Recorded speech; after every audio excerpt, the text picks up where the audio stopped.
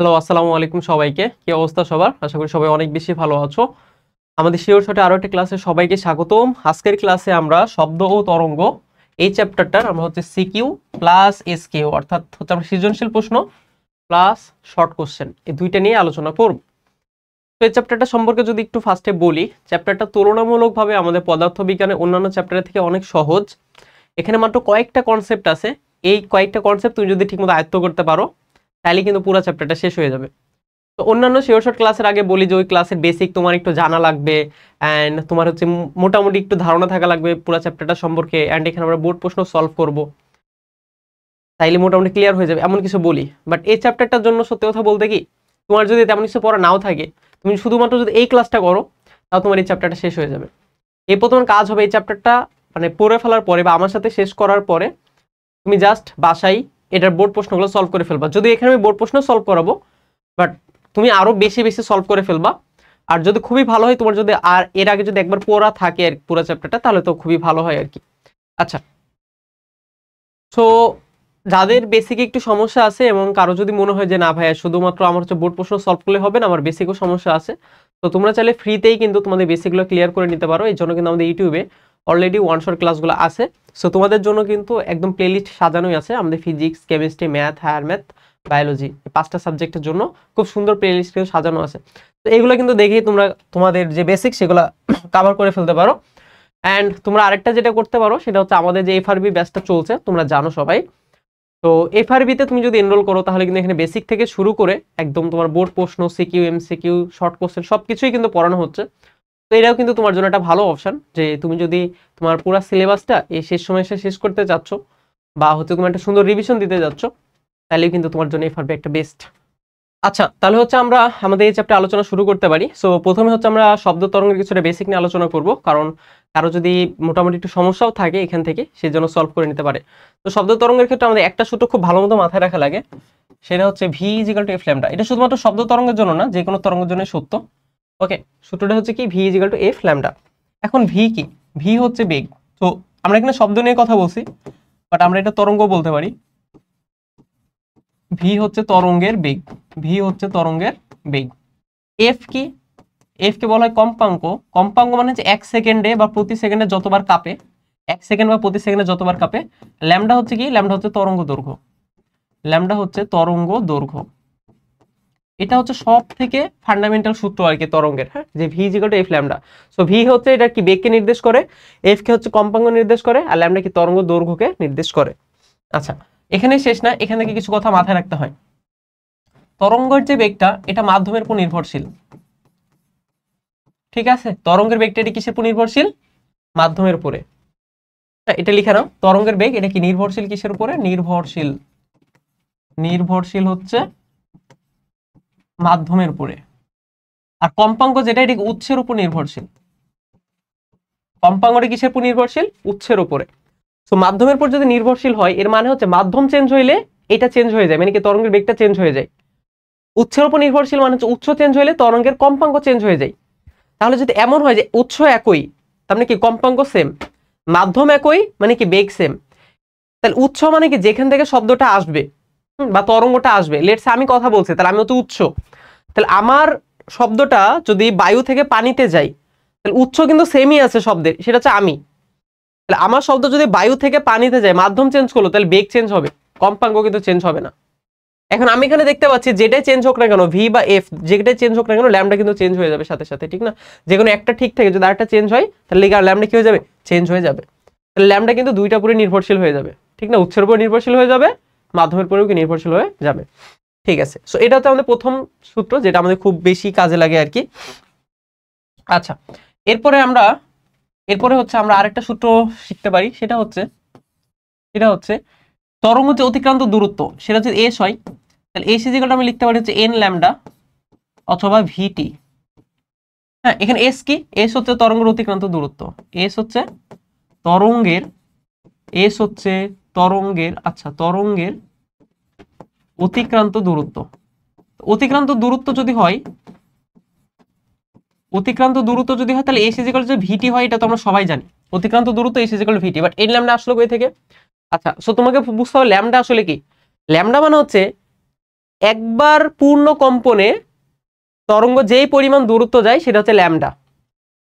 ঠিক আছে, আমাদের কণাগুলা কাঁপে, তাই না? তরঙ্গের ক্ষেত্রে কি হয়, কণাগুলা কম্পিত হয়। মাধ্যমে যে কণাগুলো আছে, যেমন আমি এখন কথা বলছি, বাতাস আছে, বাতাসে যে কণাগুলো আছে সেগুলো কম্পিত হচ্ছে। তো এটা একবার কম্পন দিতে দিতে আমাদের তরঙ্গটা যেই পরিমাণ দূরত্ব অতিক্রম করবে সেটা কি তার তরঙ্গ দৈর্ঘ্য। তাহলে কণাগুলো যদি এন বার কম্পন হয়, তাহলে এন বার কম্পনে তরঙ্গ কি পরিমাণ দূরত্ব অতিক্রম করবে, এন ল্যামডা। একবার কম্পনে হয় ল্যামডা, এন বার কম্পনে হচ্ছে এম ল্যামডা, এন ল্যামডা আর কি। তাহলে এটা কি অতিক্রান্ত দূরত্ব না? ল্যামডাও হচ্ছে কি বেসিক্যালি অতিক্রান্ত দূরত্ব। এটা কতবার কম্পনে, একবার কম্পনে। আর যদি এন বার হয় তাহলে এন ল্যামডা, আর এন ল্যামডাকে আমরা কি বলছি, অতিক্রান্ত দূরত্ব বলছি। তাহলে এখানে এন মানে কি, এন মানে হচ্ছে কম্পন সংখ্যা, এন মানে হচ্ছে কি কম্পন সংখ্যা। ঠিক আছে, এই জিনিসগুলো একটু মাথায় রাখা লাগবে। হ্যাঁ, তাহলে এস ইজিক্যাল টু এন ল্যামডাও লিখতে পারি যদি আমাদের যদি আমাদের কি জানা থাকে, তরঙ্গ দৈর্ঘ্য জানা থাকে। আর ভিটি লিখতে পারি যদি কি আমাদের টাইম বা হচ্ছে আমাদের কি মানে বেগ, এই ধরনের রাশি যদি জানা থাকে। আচ্ছা, এরপরে আমরা আরেকটা সূত্র লিখতে পারি, এটা হচ্ছে পর্যায়কালের সূত্র বা কম্পাঙ্কের সাথে পর্যায়কালের সম্পর্ক। এটা কিন্তু অনেক আসে আর কি। তো এফ মানে হচ্ছে কম্পাঙ্ক, কম্পাঙ্ক মানে হচ্ছে এক সেকেন্ডে যতবার কাঁপে। আর টি মানে হচ্ছে পর্যায়কাল, পর্যায়কাল মানে হচ্ছে মানে একবার কাঁপতে যে সময়টা লাগে, একবার কাঁপতে যে সময়টা লাগে সে একটা আর একটা আসলে বেসিক্যালি বিপরীত। হ্যাঁ, এটা আমরা জানি। তো এফ হচ্ছে কি কম্পাঙ্ক, যেটা অলরেডি একবার বলছি। আর টি হচ্ছে কি আমাদের পর্যায়কাল। ঠিক আছে, পর্যায়কাল মানে হচ্ছে একবার পূর্ণ কম্পনে যে সময়টা লাগে সেটাকে আমাদের পর্যায়কাল। একবার পূর্ণ কম্পনে যে সময়টা লাগে সেটা হচ্ছে কি পর্যায়কাল। ওকে, সো এখান থেকে বেসিক্যালি আমরা আরো দুইটা সূত্র পাই। যেমন এফ কে আমরা লিখতে পারি হচ্ছে এন বাই টি, আর আমরা টি কে লিখতে পারি হচ্ছে স্মল টি বাই এন। হ্যাঁ, কিভাবে হইলো? তাহলে দেখো এন মানে কি বলছিলাম, কম্পন সংখ্যা। একদম ভালো মতো দেখো যে কম্পন সংখ্যা যদি হয় এন, তাহলে আমি কি বলছি, এন বার কম্পনে টাইম লাগে লেটস সে টি, এন বার কম্পনে টাইম লাগে টি। তাহলে একবার কম্পনে কতটুকু টাইম লাগবে, টি বাই এন। একবার কম্পনে যেই টাইমটা লাগে এটাকে আমার পর্যায়কাল, একবার কম্পনে যে সময়টা লাগে এটাকে আমার পর্যায়কাল। তাহলে এটাকে আমি পর্যায়কাল বলতে পারি কিনা, অবশ্যই পারি। তাহলে ক্যাপিটাল টি সমান লিখতে পারি স্মল টি বাই এন। ওকে, আবার উল্টা ভাবে যদি আসি যে টি সময়ে কম্পন দেয় এন বার, তাহলে এক সেকেন্ডে কম্পন দেয় হচ্ছে এন বার টি বার। তাহলে এই যে এক সেকেন্ডে যে পরিমাণ কম্পন দেয় এটাকে আমার কম্পাঙ্ক। তাহলে এটা আমরা লিখতে পারি F equal to N by T. হ্যাঁ, এক সেকেন্ডে যতবার কম্পন দিচ্ছে। সো এটার একক কি, এটার একক যে পার সেকেন্ড বা হার্জ, এটার একক কি আমাদের second. Okay, so I hope আমরা এই পর্যন্ত বুঝছি। ওকে, এই পর্যন্ত আমরা সবাই বুঝছি। অ্যান্ড এই জিনিসগুলো যদি মাথায় রাখতে পারি, এই সূত্রগুলাই কিন্তু আমাদের ঘুরে ফিরে লাগবে, এই সূত্রগুলাই কিন্তু আমাদের মানে দরকার হবে। ঠিক আছে, এর বাইরে সূত্র কিন্তু নাই, এখান থেকে এতটুকু সূত্র শিখলেই হবে। এখন আমরা যদি একটা গ্রাফ আঁকাই, ওকে, আমরা যদি একটু গ্রাফে চলে আসি, এখানে গ্রাফ কয়েক ধরনের গ্রাফ হইতে পারে। হ্যাঁ, ধরো আমি যদি ট্রুলি স্পিকিং, এখানে কয়েক ধরনের গ্রাফ আসতেই পারে, বাট সব ধরনের গ্রাফ আসে না। মানে গ্রাফ অনেক কিছুই পসিবল, বাট সবকিছু তো আসে না, তাই না?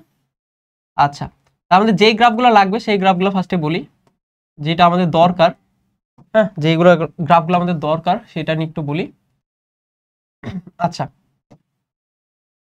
ধরো এইখানে একটা গ্রাফ আসতে পারে হচ্ছে এই যে এই সূত্র থেকে, ফার্স্টের সূত্র থেকে, যে ভি আর ল্যামডার গ্রাফ কেমন আসতে পারে, ভি বাই ল্যামডা আসতে পারে। ঠিক আছে, ভি আর ল্যামডা গ্রাফ কেমন আসতে পারে।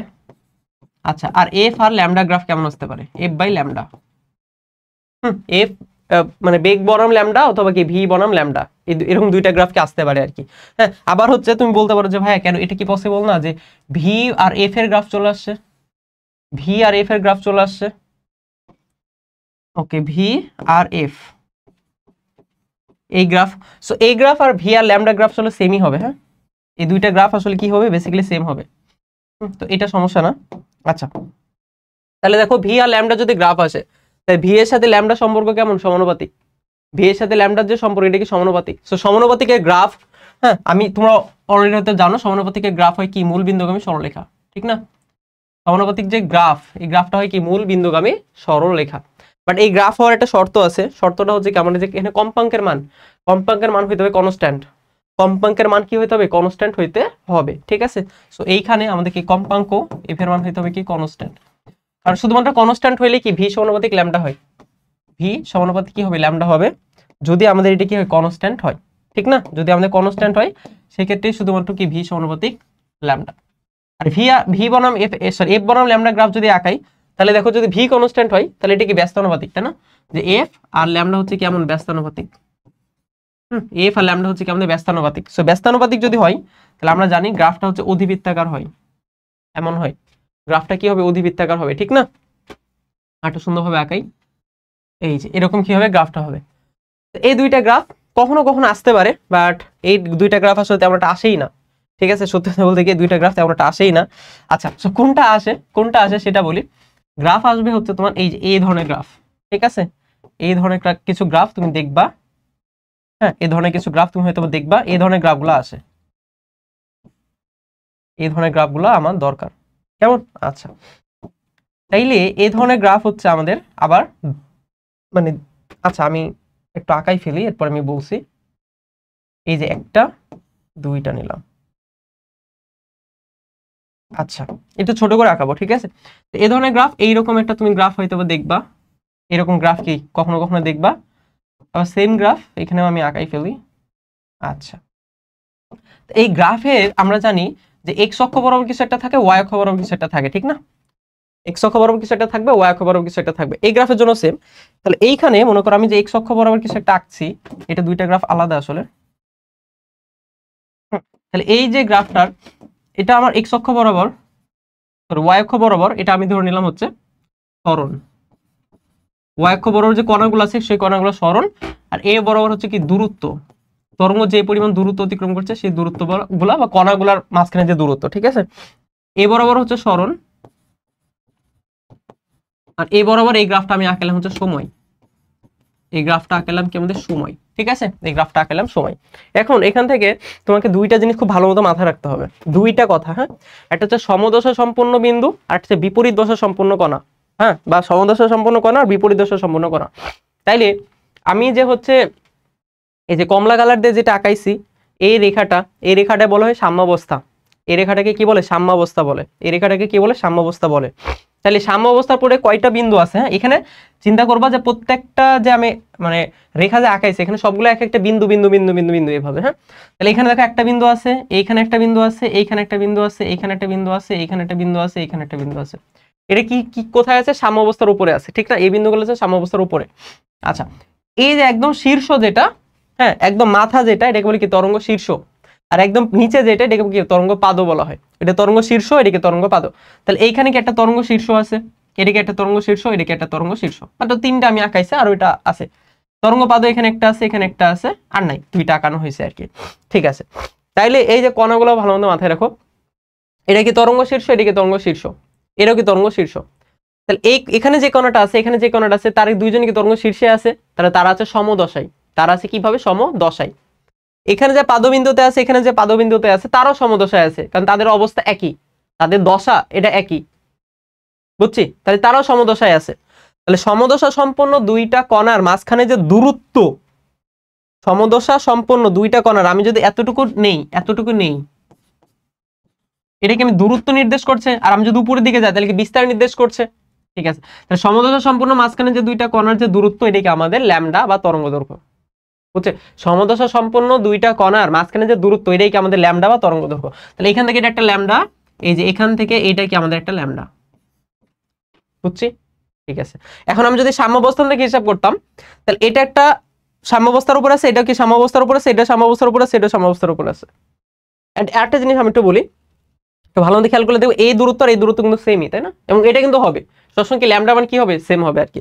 আচ্ছা, এখন আমি যদি বলি তাহলে এটা সমদশা আছে, এটা সমদশায় আছে, তাহলে এই মাঝখানে দূরত্ব হচ্ছে ল্যামডা।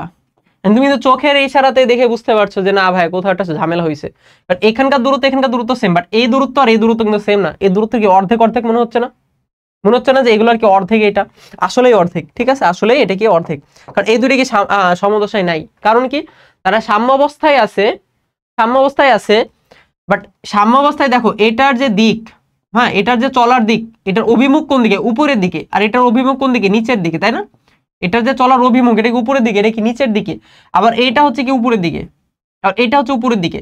তাহলে সাম্যাবস্থার পরে থাকলে হবে না, তাদের চলার যে অভিমুখ বা তাদের যে বেগের ডিরেকশন সেটা কি একই দিকে থাকা লাগবে। তাহলে আমাদের এই বিন্দু আর এই বিন্দু তারা কি বিপরীত দশায় আছে। কিভাবে আছে? বিপরীত দশায়। তারা সাম্যাবস্থার পরে আছে বাট তারা কি বিপরীত মুখী হয়ে আছে, তাই বিপরীত দশা। তাহলে এইটা বিপরীত দশা হইলে এটা কি ল্যামডা হবে না, তাদের মাঝখানে দূরত্ব ল্যামডা হবে না। তাহলে এই পর্যন্ত দূরত্ব নিলে কি আমি আবার ল্যামডা পাবো। বুঝছো, এই পরিমাণ যদি দূরত্ব নিই তাহলে কি আমি আবার ল্যামডা পাবো। বুঝতে পারছি? তাহলে সমদশা সম্পূর্ণ দুইটা কণার মাঝখানে যে দূরত্ব এটাকে আমাদের ল্যামডা। তাহলে এই যে আমি যদি আবার এই পরিমাণ দূরত্বটা যদি নেই, হ্যাঁ এই যে এই পরিমাণ দূরত্ব যদি নেই, এই পরিমাণ দূরত্ব আবার কি হবে, আমার ল্যামডা হবে। বুঝতে পারছি ব্যাপারটা? তাইলে সমদশা সম্পূর্ণ দুইটা কণার মাঝখানে যে দূরত্ব এটাকে আমার ল্যামডা। আচ্ছা, এখন বিস্তার। বিস্তার আমাদের বিভিন্ন ক্ষেত্রে বিভিন্ন বিস্তার হইতে পারে, বাট একটা বিস্তার আমাদের নাম জানা লাগবে, সরণ। একটা সরণের নাম জানা লাগবে, সেটা কি বিস্তার। সো বিস্তার হচ্ছে বেসিক্যালি কি আমাদের সর্বোচ্চ যে সরণটুকু, সর্বোচ্চ সরণে কে আছে বলতো? এই বান্দা কি সব থেকে বেশি সরণ হয়েছে না এই বান্দার? এটা হচ্ছে বিস্তার বলা হয়। তাহলে সর্বোচ্চ যে সরণ এটাকে আমরা কি বলি? বিস্তার বলি। বিস্তারকে আমরা এ দ্বারা প্রকাশ করি। হ্যাঁ, সর্বোচ্চ যে সরণটাকে আমরা কি বলি? বিস্তার। বিস্তার, ঠিক আছে। এটাকে আমরা কি দ্বারা প্রকাশ করি? এ দ্বারা প্রকাশ করি। মাথায় থাকবে? ঠিক আছে। সো এটা হচ্ছে আমাদের সরণ বনাম দূরত্বের গ্রাফ গেল। এন্ড এখান থেকে কি পেলাম? আমি ল্যামডা পাইলাম। আমি সমদশা সম্পন্ন কণা কি বিপরীত দশা সম্পন্ন কণা কি এটা কি বুঝলাম। আবার একটা তরঙ্গ শীর্ষ, একটা তরঙ্গ পাদ, এরাও কিন্তু বিপরীত দশায় আছে। কারণ দুইজনের দশা একদম বিপরীত, এরাও কি বিপরীত দশায় আছে। এখন সেম গ্রাফটা যদি সরণ বনাম সময়ের ক্ষেত্রে হয়, তাহলে একদম সেম। বুঝছো, একদমই সেম। সরণ বনাম সময়ের গ্রাফের জন্য যদি হয়, তাহলে সমদশা সম্পন্ন দুইটা কণার যে মাঝখানে যে দূরত্ব, মানে মাঝখানে যে এই যে ডিসটেন্সটুকু, বা ডিসটেন্স মানে তো দূরত্ব, মানে মাঝখানে যে গ্যাপটুকু, এটা কি নির্দেশ করছে? সময়কে নির্দেশ করছে। সমদশা সম্পূর্ণ মানে সমদশা সম্পূর্ণ দুইটা কণার যে মাঝখানে যে সময়, এটাকে একটা পর্যায়কাল। এটা কি হবে? একটা পর্যায়কাল হবে। ঠিক আছে। তাহলে এই যে এখান থেকে এখানে তরঙ্গটা যাইতে যেই সময়টা লাগবে, এটাকে একটা পর্যায়কাল। বুঝছো, এটাকে একটা পর্যায়কাল। আর যদি দূরত্ব গ্রাফ থাকে তাহলে এটাকে একটা ল্যামডা। হ্যাঁ, আশা করি আমি এগুলো বুঝাইতে পারছি। এই জিনিসগুলো আমাদের জন্য বোঝা ইম্পর্টেন্ট ছিল। হ্যাঁ, আমরা মোটামুটি বেশ ভালোই বেসিক নিয়ে আলোচনা করছি, যেন তোমাদের মানে পুরো জিনিসটা বুঝতে অনেক ইজি হয়। এরপরে তোমরা দেখো যে তুমি যখন অন্যান্য যে কোনো তুমি যদি নিজে নিজে প্র্যাকটিস করো তাও কিন্তু তুমি বুঝবা। হ্যাঁ, আচ্ছা। তারপর শব্দের বেগ হচ্ছে আমাদের মানে আসে, এন্ড এটা হচ্ছে তুমি প্রতিধ্বনি চ্যাপ্টারটা পড়তে গেলে একটু বেশি পাবা, যে প্রতিধ্বনি মানে অংশটুকু আর কি, তো ওখানে একটু বেশি আসে। তো শব্দের বেগের ব্যাপারটা হচ্ছে কি, শব্দের বেগ যেটা, এটা হচ্ছে আমাদের বায়বীয় মাধ্যমে। ঠিক আছে, এটা কিন্তু সব মাধ্যমে না। হ্যাঁ, কঠিন বা তরলের জন্য কিন্তু প্রযোজ্য না। এটা কি মাধ্যমে ভাই? বায়বীয় মাধ্যমে বা গ্যাসীয় মাধ্যমে। হ্যাঁ, ভি সমানুপাতিক টি হারে বৃদ্ধি পায়। অর্থাৎ তাপমাত্রা চেঞ্জ হইলে তাপমাত্রার সাথে সাথে, ঠিক আছে, এটা হচ্ছে কি গ্যাসীয় মাধ্যমে আর কি, গ্যাসীয় মাধ্যমে। যে তাপমাত্রা যদি চেঞ্জ হয় তাহলে তার সাথে সাথে বর্গমূলের সমানুপাতিক হারে কি আমাদের বেগের মানটা কি হয়ে যাবে? চেঞ্জ হয়ে যাবে। তাহলে এখান থেকে আমরা লিখতে পারি হচ্ছে v2/v1 সমান হচ্ছে রুট ওভার t2/t1 লিখতে পারি। তোমরা এগুলো জানো যে এটা সমানুপাতিক হলে এইভাবে কি লেখা যায়। এখন আমাদের একটা ডাটা আমরা জানি, বুঝছো, একটা ডাটা আমাদের জানা আছে, সেটা হচ্ছে 0 ডিগ্রি সেলসিয়াস তাপমাত্রা বা 273 কেলভিন তাপমাত্রা, তাই না? 0 ডিগ্রি সেলসিয়াস বা 273 কেলভিন তাপমাত্রায়, হ্যাঁ ঠিক আছে, এত তাপমাত্রায় শব্দের বেগ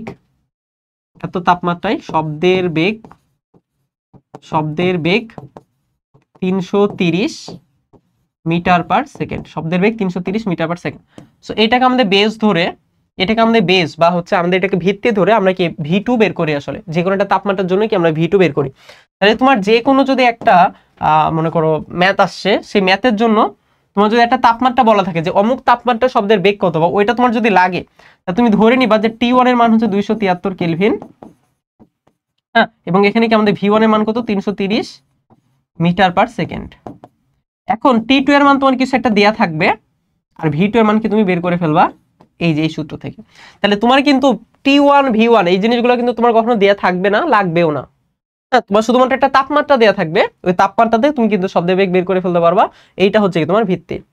মাথায় রাখবা এখানে যেটা আছে, এই যে কে টি যেটা এটাকে অবশ্যই কি কেলভিন স্কেলে হইতে হবে। ঠিক আছে, টি যেটা এটাকে আমাদের কেলভিন স্কেলে হইতে হবে, মানে এসআই এককে আর কি। হ্যাঁ, এটাকে আমাদের কেলভিন স্কেলে হইতে হবে, এটা মাস্ট, কেলভিন স্কেলে হইতে হবে। এখন আমাকে যদি বলে যে ভাই এটা গ্রাফ কেমন হবে, তাহলে তুমি দেখো যে ভি বনাম টেম্পারেচার। ঠিক আছে, এটা টেম্পারেচার, তাই না? কেলভিন স্কেলে। গ্রাফ কেমন হবে? তাহলে এটা কি বর্গমূলের সমানুপাতিক। সো বর্গমূলের সমানুপাতিক যদি হয় তাহলে গ্রাফ এমন হয়। বর্গমূলের যদি সমানুপাতিক হয় গ্রাফ কেমন হয়? তাহলে টি বাড়লে ভি বাড়বে, বাট ওই হারে বাড়বে না। আচ্ছা, আর এই সূত্রটা কই থেকে আসে সেটা যদি একটু বলি, সেটা হচ্ছে আমাদের বেগ, ঠিক আছে, বায়ু মাধ্যমে বা হচ্ছে গ্যাসীয় মাধ্যমে যে শব্দের বেগ, সেটা একটা সূত্র আছে, এটাকে বলা হয় ল্যাপ্লাসের সূত্র আর কি। সেটা যে gamma P by rho. Okay, gamma P by rho. So V হচ্ছে আমাদের বেগ, গামা হচ্ছে একটা কনস্ট্যান্ট, আর পি হচ্ছে আমাদের ওই মাধ্যমে যে চাপ আছে আর কি। হ্যাঁ, এটা যেহেতু গ্যাস, সো গ্যাসীয় মাধ্যমে একটা চাপ থাকবে, ঠিক না? আর রো হচ্ছে তার ঘনত্ব, রো হচ্ছে তার ঘনত্ব। তো এখান থেকে যে পি বাই রো, হ্যাঁ, এই যে পি বাই রো, এটা সমান না আমি কিছু একটা লিখতে পারি। এখন কি লিখতে পারি, এটা ইন্টারমিডিয়েটে গেলে আসলে মানে তোমরা পাবা। এখন তোমরা এসএসসি তে তোমরা হয়তো পড়ো নাই। সো আদর্শ গ্যাস সমীকরণ নামে একটা সমীকরণ আছে, তোমরা যারা একটু হয়তো পড়ছো। আদর্শ গ্যাস সমীকরণ থেকে আমরা এরকম একটা সমীকরণ পাই যে পিভি ইজিক্যাল টু এনআরটি। ঠিক আছে, পিভি ইজিক্যাল টু এনআরটি, এটাকে বলে কি আদর্শ গ্যাস সমীকরণ। আচ্ছা, এটা যদি কেউ না বুঝো তাহলে এতটুকু স্কিপ করতে পারো আর কি। তো এখান থেকে আমরা পি, হ্যাঁ, আর হচ্ছে এখান থেকে আমরা একটা ঘনত্ব পাই, সেটা হচ্ছে এন মানে হচ্ছে ভর ভাগ আণবিক ভর লিখে যাই। মূল সংখ্যা মানে কি ভর ভাগ আণবিক ভর লিখা যায়। তাহলে আমরা যখন এইখানে আয়তনকে ভাগ করে দিই, এম কে গুণ করে দিই, তো এখানে আসে হচ্ছে পি এম ইজিক্যাল টু হচ্ছে rho R T. P M equal to rho R T. তাহলে এই যে দেখো পি বাই রো সমান আমি কি লিখতে পারি, আর টি বাই এম লিখতে পারি, ঠিক না? পি বাই রো সমান আমি কি লিখতে পারি, আর টি বাই এম। এই যে এইখানে যে পি বাই রো, এখান থেকে আমাদের লেখা যায় হচ্ছে আর টি বাই এম। এখান থেকে বেসিক্যালি যে ভি সমানুপাতিক রুট ওভার টি, এই সমীকরণটা আসে। ভি সমানুপাতিক রুট ওভার টি, এই সমীকরণটা আসছে। ঠিক আছে, এখন এই সমীকরণটা কই থেকে আসছে এটা কি জানা আমাদের জন্য ইম্পর্টেন্ট ছিল? উত্তর হচ্ছে হ্যাঁ ছিল, এটা ইম্পর্টেন্ট ছিল এই সমীকরণের জন্য। এন্ড এটার আগে আর একটা সমীকরণ আছে, এই সমীকরণটা আবার আসছে কই থেকে, সেটা হচ্ছে ই বাই রো থেকে। ই হচ্ছে কি, ই হচ্ছে এখানে একটা কনস্ট্যান্ট গুণ হবে কিনা, আচ্ছা যাই হোক, তাহলে ই বাই রো থেকে, বা আমি ই সমানুপাতিক লিখে দিই। হ্যাঁ, এখান থেকে আমি লিখে দিই যে মানে এখানে একটা কনস্ট্যান্ট গুণ আছে কিনা আমি ঠিক শিওর না, মানে ভুলে গেছি একটু, এটা সমানুপাতিক লিখে দিয়ে আর কোনো ঝামেলা নেই। ঠিক আছে, তাহলে ভি সমানুপাতিক ই বাই রো থেকে, এখান থেকে এই সমীকরণটা আবার আসছে, এখান থেকে এইটা, এখান থেকে এইটা। এই যে সমীকরণটা তুমি দেখছো না, এই সমীকরণটা তোমার জন্য এটি ইম্পর্টেন্ট। কেন? এমসিকিউ তো এখান থেকে আসে। কারণ কি, দেখো এইখানে আমি একটা জিনিস বুঝতে পারছি, এখান থেকে কয়েকটা জিনিস ইজিলি বোঝা যায়। সেটা হচ্ছে আমাদের যে শব্দের বেগ, এটা মাধ্যমে ই এর উপর নির্ভর করে। ই মানে কি, স্থিতিস্থাপক গুণাঙ্ক। ই মানে স্থিতিস্থাপক গুণাঙ্ক, স্থিতিস্থাপক গুণাঙ্কের উপর নির্ভর করে, এন্ড তার ঘনত্বের উপর নির্ভর করে। ঠিক আছে, ঘনত্বের উপরও নির্ভর করে। তাহলে ই হচ্ছে কি এখানে স্থিতিস্থাপক গুণাঙ্ক,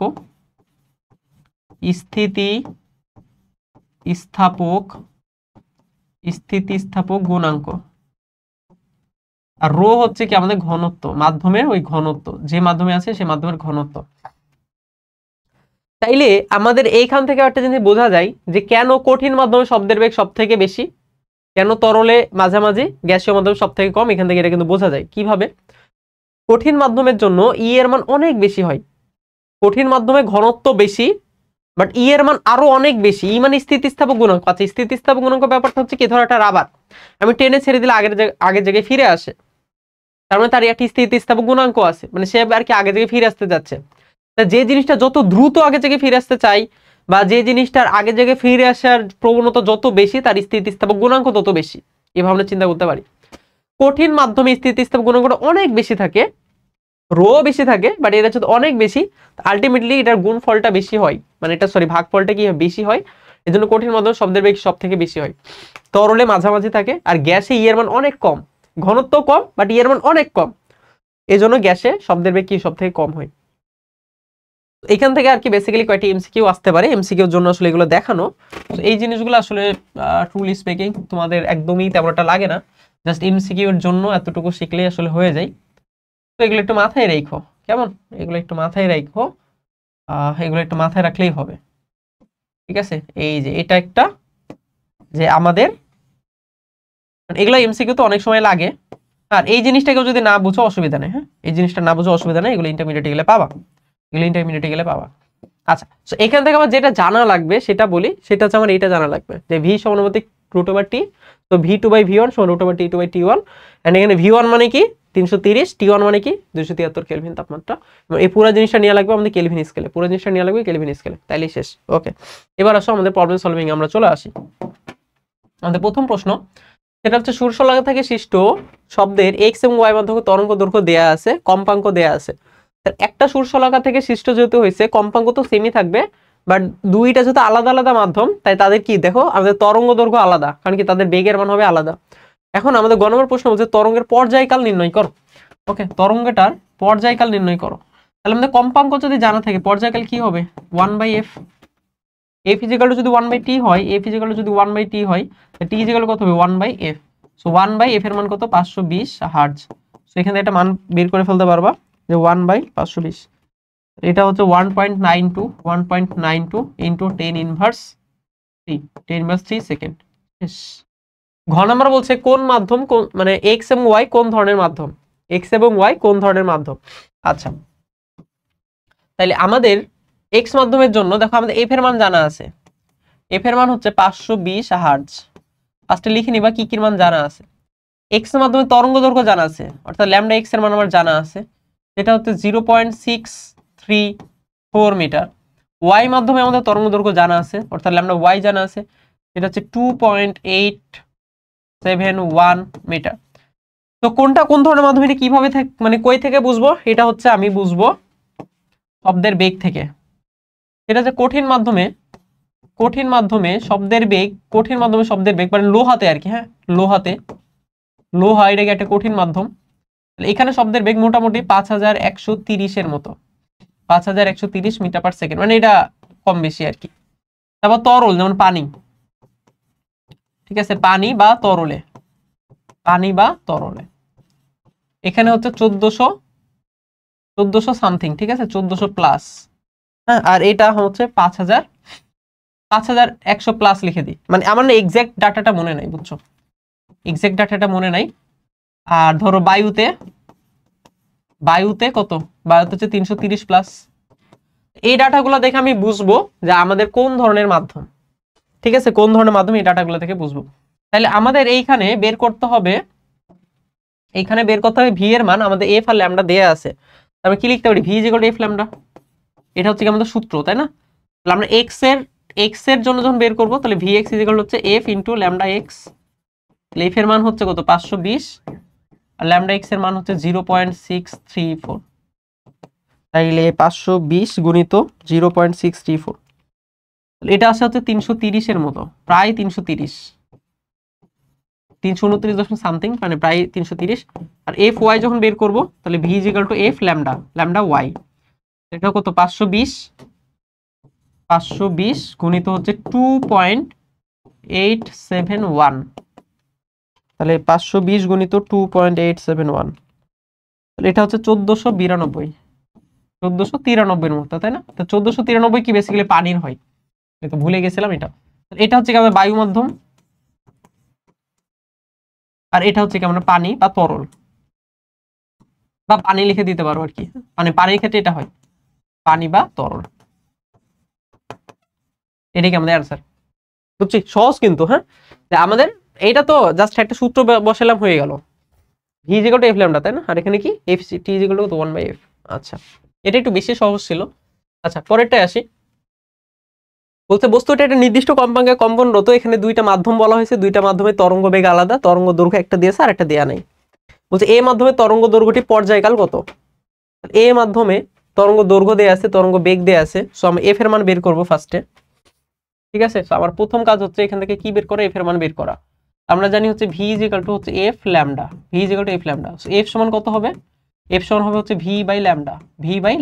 সো ভি এর মান কত দেয়া আছে, ভি এর মান দেয়া আছে 160, আর ল্যামডার মান হচ্ছে কত 0.4, মানে হচ্ছে 4/10, 4 দ্বারা ভাগ করলে এটা হচ্ছে 40, তাহলে এটা হবে 400 মিটার পার সেকেন্ড, ঠিক আছে। যদি আমি ভুল না করি 160/0.4, 400 মিটার পার সেকেন্ড। সো আমি এফ এর মান, ও আচ্ছা, এটা তো মিটার পার সেকেন্ড না, এটা হচ্ছে এফ এর মান বের করছি, ঠিক না, এফ এর মান, তাহলে এটা হচ্ছে হার্টজ।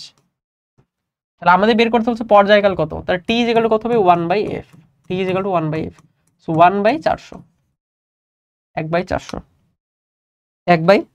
বের করে ফেলে, এটা হচ্ছে 2.5 ইন্টু 10 ইনভার্স 2.5 ইন্টু 10⁻³ এত সেকেন্ড, শেষ। ওকে, এটাই কি আমাদের অ্যান্সার। এখন পরেরটা আসি। পরেরটা বলছে যে এ মাধ্যমে যে সময় তরঙ্গটি 360 মিটার দূরত্ব মানে অগ্রসর হয়, সেই সময় বি মাধ্যমে কতগুলো পূর্ণ কম্পন দিবে।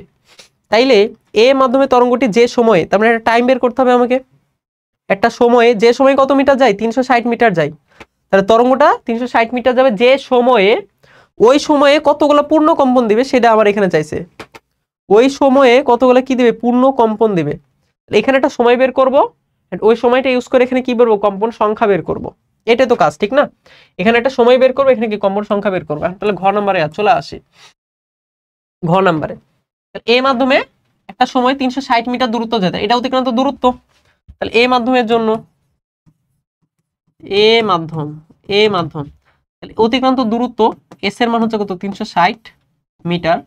এখানে কি আমার বেগের মান দরকার, তাইলে সময় যেহেতু আমি বের করব, বেগ হচ্ছে কত, এই মাধ্যমে শব্দের বেগ হচ্ছে কত, 160 মিটার পার সেকেন্ড। তাহলে আমরা কি টি এর মান বের করতে পারি, এস ইজ ইকুয়াল টু ভিটি থেকে, তাহলে টি সমান হবে হচ্ছে এস বাই ভি। টি সমান হচ্ছে হবে কত, এস বাই ভি। এস এর মান হচ্ছে কত, 360, আর ভি এর মান হচ্ছে কত, 160। 360 বাই কত, 160। তাহলে 360 বাই 160, তাহলে এটা হচ্ছে কত, 2.25 সেকেন্ড। 2.25 সেকেন্ড, 2.25 সেকেন্ডে এই জিনিসটা হয় আর কি, হ্যাঁ, যে 360 মিটার দূরত্ব অতিক্রম করে 2.25 সেকেন্ডে। এখন পরের প্রশ্নটা হচ্ছে বি মাধ্যমে 2.25 সেকেন্ডে কতগুলো পূর্ণ কম্পন দিবে।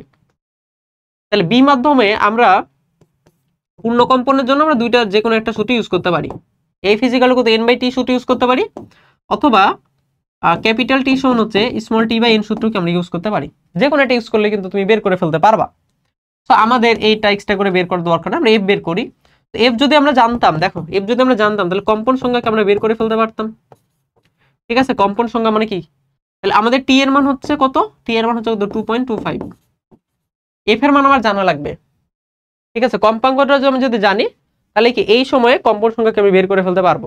এখন এখানে কি বলছে যে এটা কি বস্তুটিকে একটা নির্দিষ্ট কম্পাঙ্কে কম্পনরত না, তাহলে কম্পাঙ্কের মান কি সেম না, তাহলে এখানে কি একটা কম্পাঙ্কের মান বের করছি না, এই কম্পাঙ্কের মানে কিন্তু এখানে কি বসে যাবে, বুঝছি? এখানে যে কম্পাঙ্কের মান এটাই কিন্তু এখানে বসে যাবে, মানে কম্পাঙ্ক হচ্ছে সেম, আসলে দুই ক্ষেত্রে কম্পাঙ্ক সেম। তাহলে এটা হবে যে কত, 900টি, আর এটাই আমাদের অ্যান্সার, বুঝছি? তাহলে যে সূত্রগুলো পড়লাম সেই সূত্রগুলো দেখে ম্যাথ ইজিলি হয়ে যাচ্ছে, যদি শুধু মানে একটু বুঝতে হবে আর কি, হ্যাঁ, তাহলে কিন্তু হয়ে যাচ্ছে।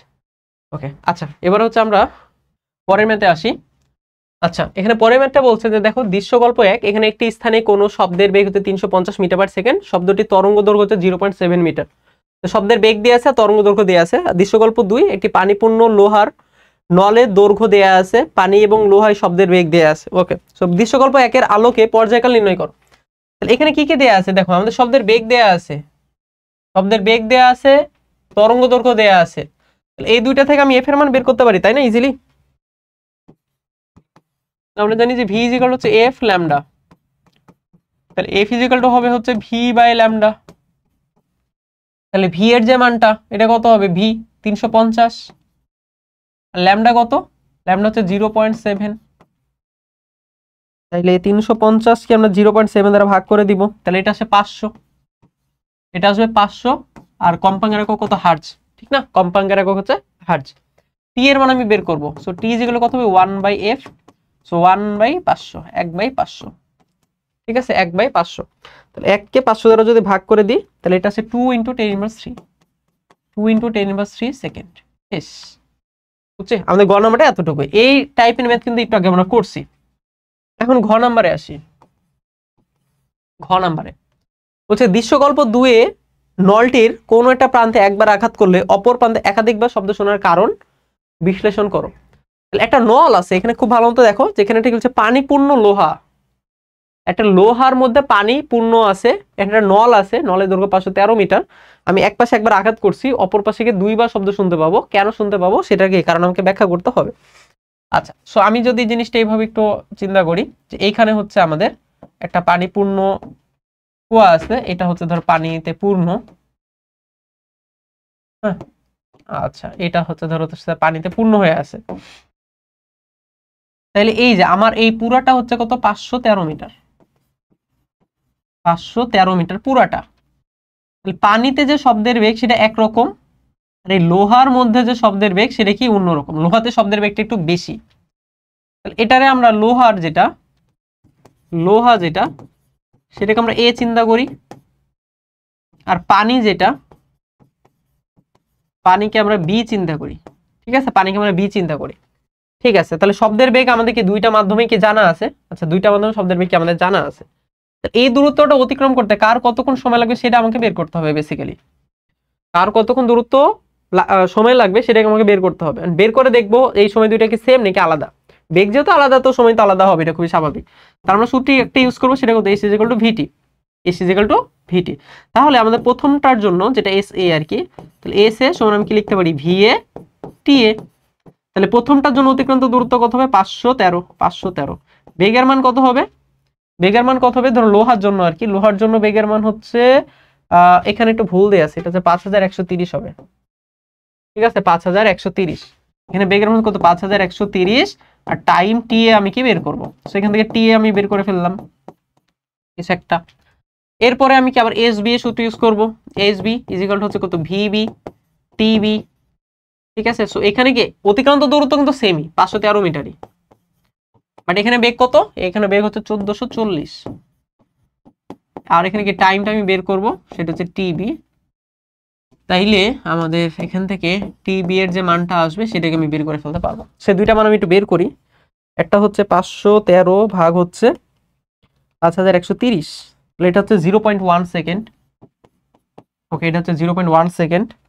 আর আরেকটা হচ্ছে 513 বাই হচ্ছে 1440, এটা হচ্ছে 0.35। তা দুইটা দেখো আলাদা আলাদা সেকেন্ডে যেহেতু যাচ্ছে, আলাদা আলাদা সময়ে যেহেতু যাচ্ছে টি এ এবং টিবি, তাই কি আমি দুইটা শব্দকে শুনতে পাবো। সো দুইটা শব্দ শোনার কারণ কি ব্যাখ্যা করতে হবে, ঠিক না? দুইটা শব্দ শোনার কারণ বিশ্লেষণ করো।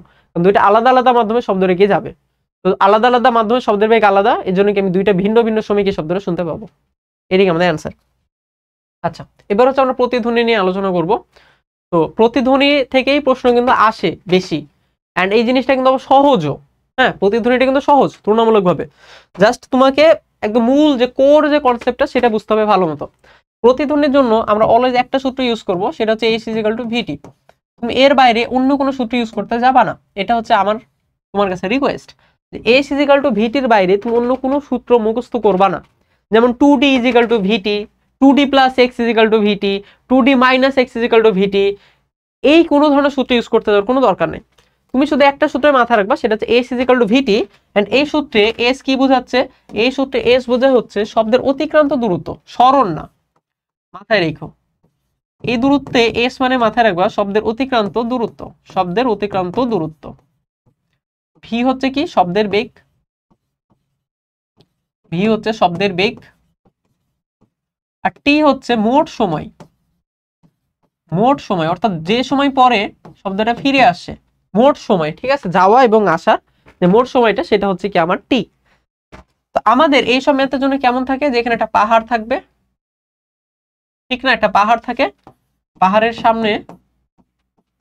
সামনে একজন মানুষ দাঁড়ায় থাকে। সো সে একটা শব্দ করে, শব্দটা পাহাড়ে যায় আবার ফিরে আসে, এরকমই তো কিছু একটা, তাই না? তো প্রতিধ্বনি শুনতে পাবে কিনা, সে যদি সামনের দিকে দৌড় দেয় তাহলে শুনতে পাবে কিনা, পিছনের দিকে দৌড় দেয় শুনতে পাবে কিনা, এই ধরনের প্রশ্নই তো আসে, এর বাইরে কিন্তু কিছুই না। ঠিক আছে, সো যেরকমই আসুক না কেন, আমার একদম শুরুতে আমি ওই ব্যক্তি এবং পাহাড়ের মাঝখানে দূরত্ব ধরে নিব ডি। ব্যক্তি এবং পাহাড়ের মাঝখানে যে দূরত্ব, একটা দূরত্ব, সেটা কি ধরে নিব ডি। তাহলে ব্যক্তি যদি এখানে দাঁড়ায় থাকে, তাহলে ব্যক্তি থেকে পাহাড়ের শব্দ যাওয়া এবং পাহাড় থেকে ব্যক্তির কাছে ফিরে আসা শব্দের টোটাল অতিক্রান্ত দূরত্ব কত হবে? 2d।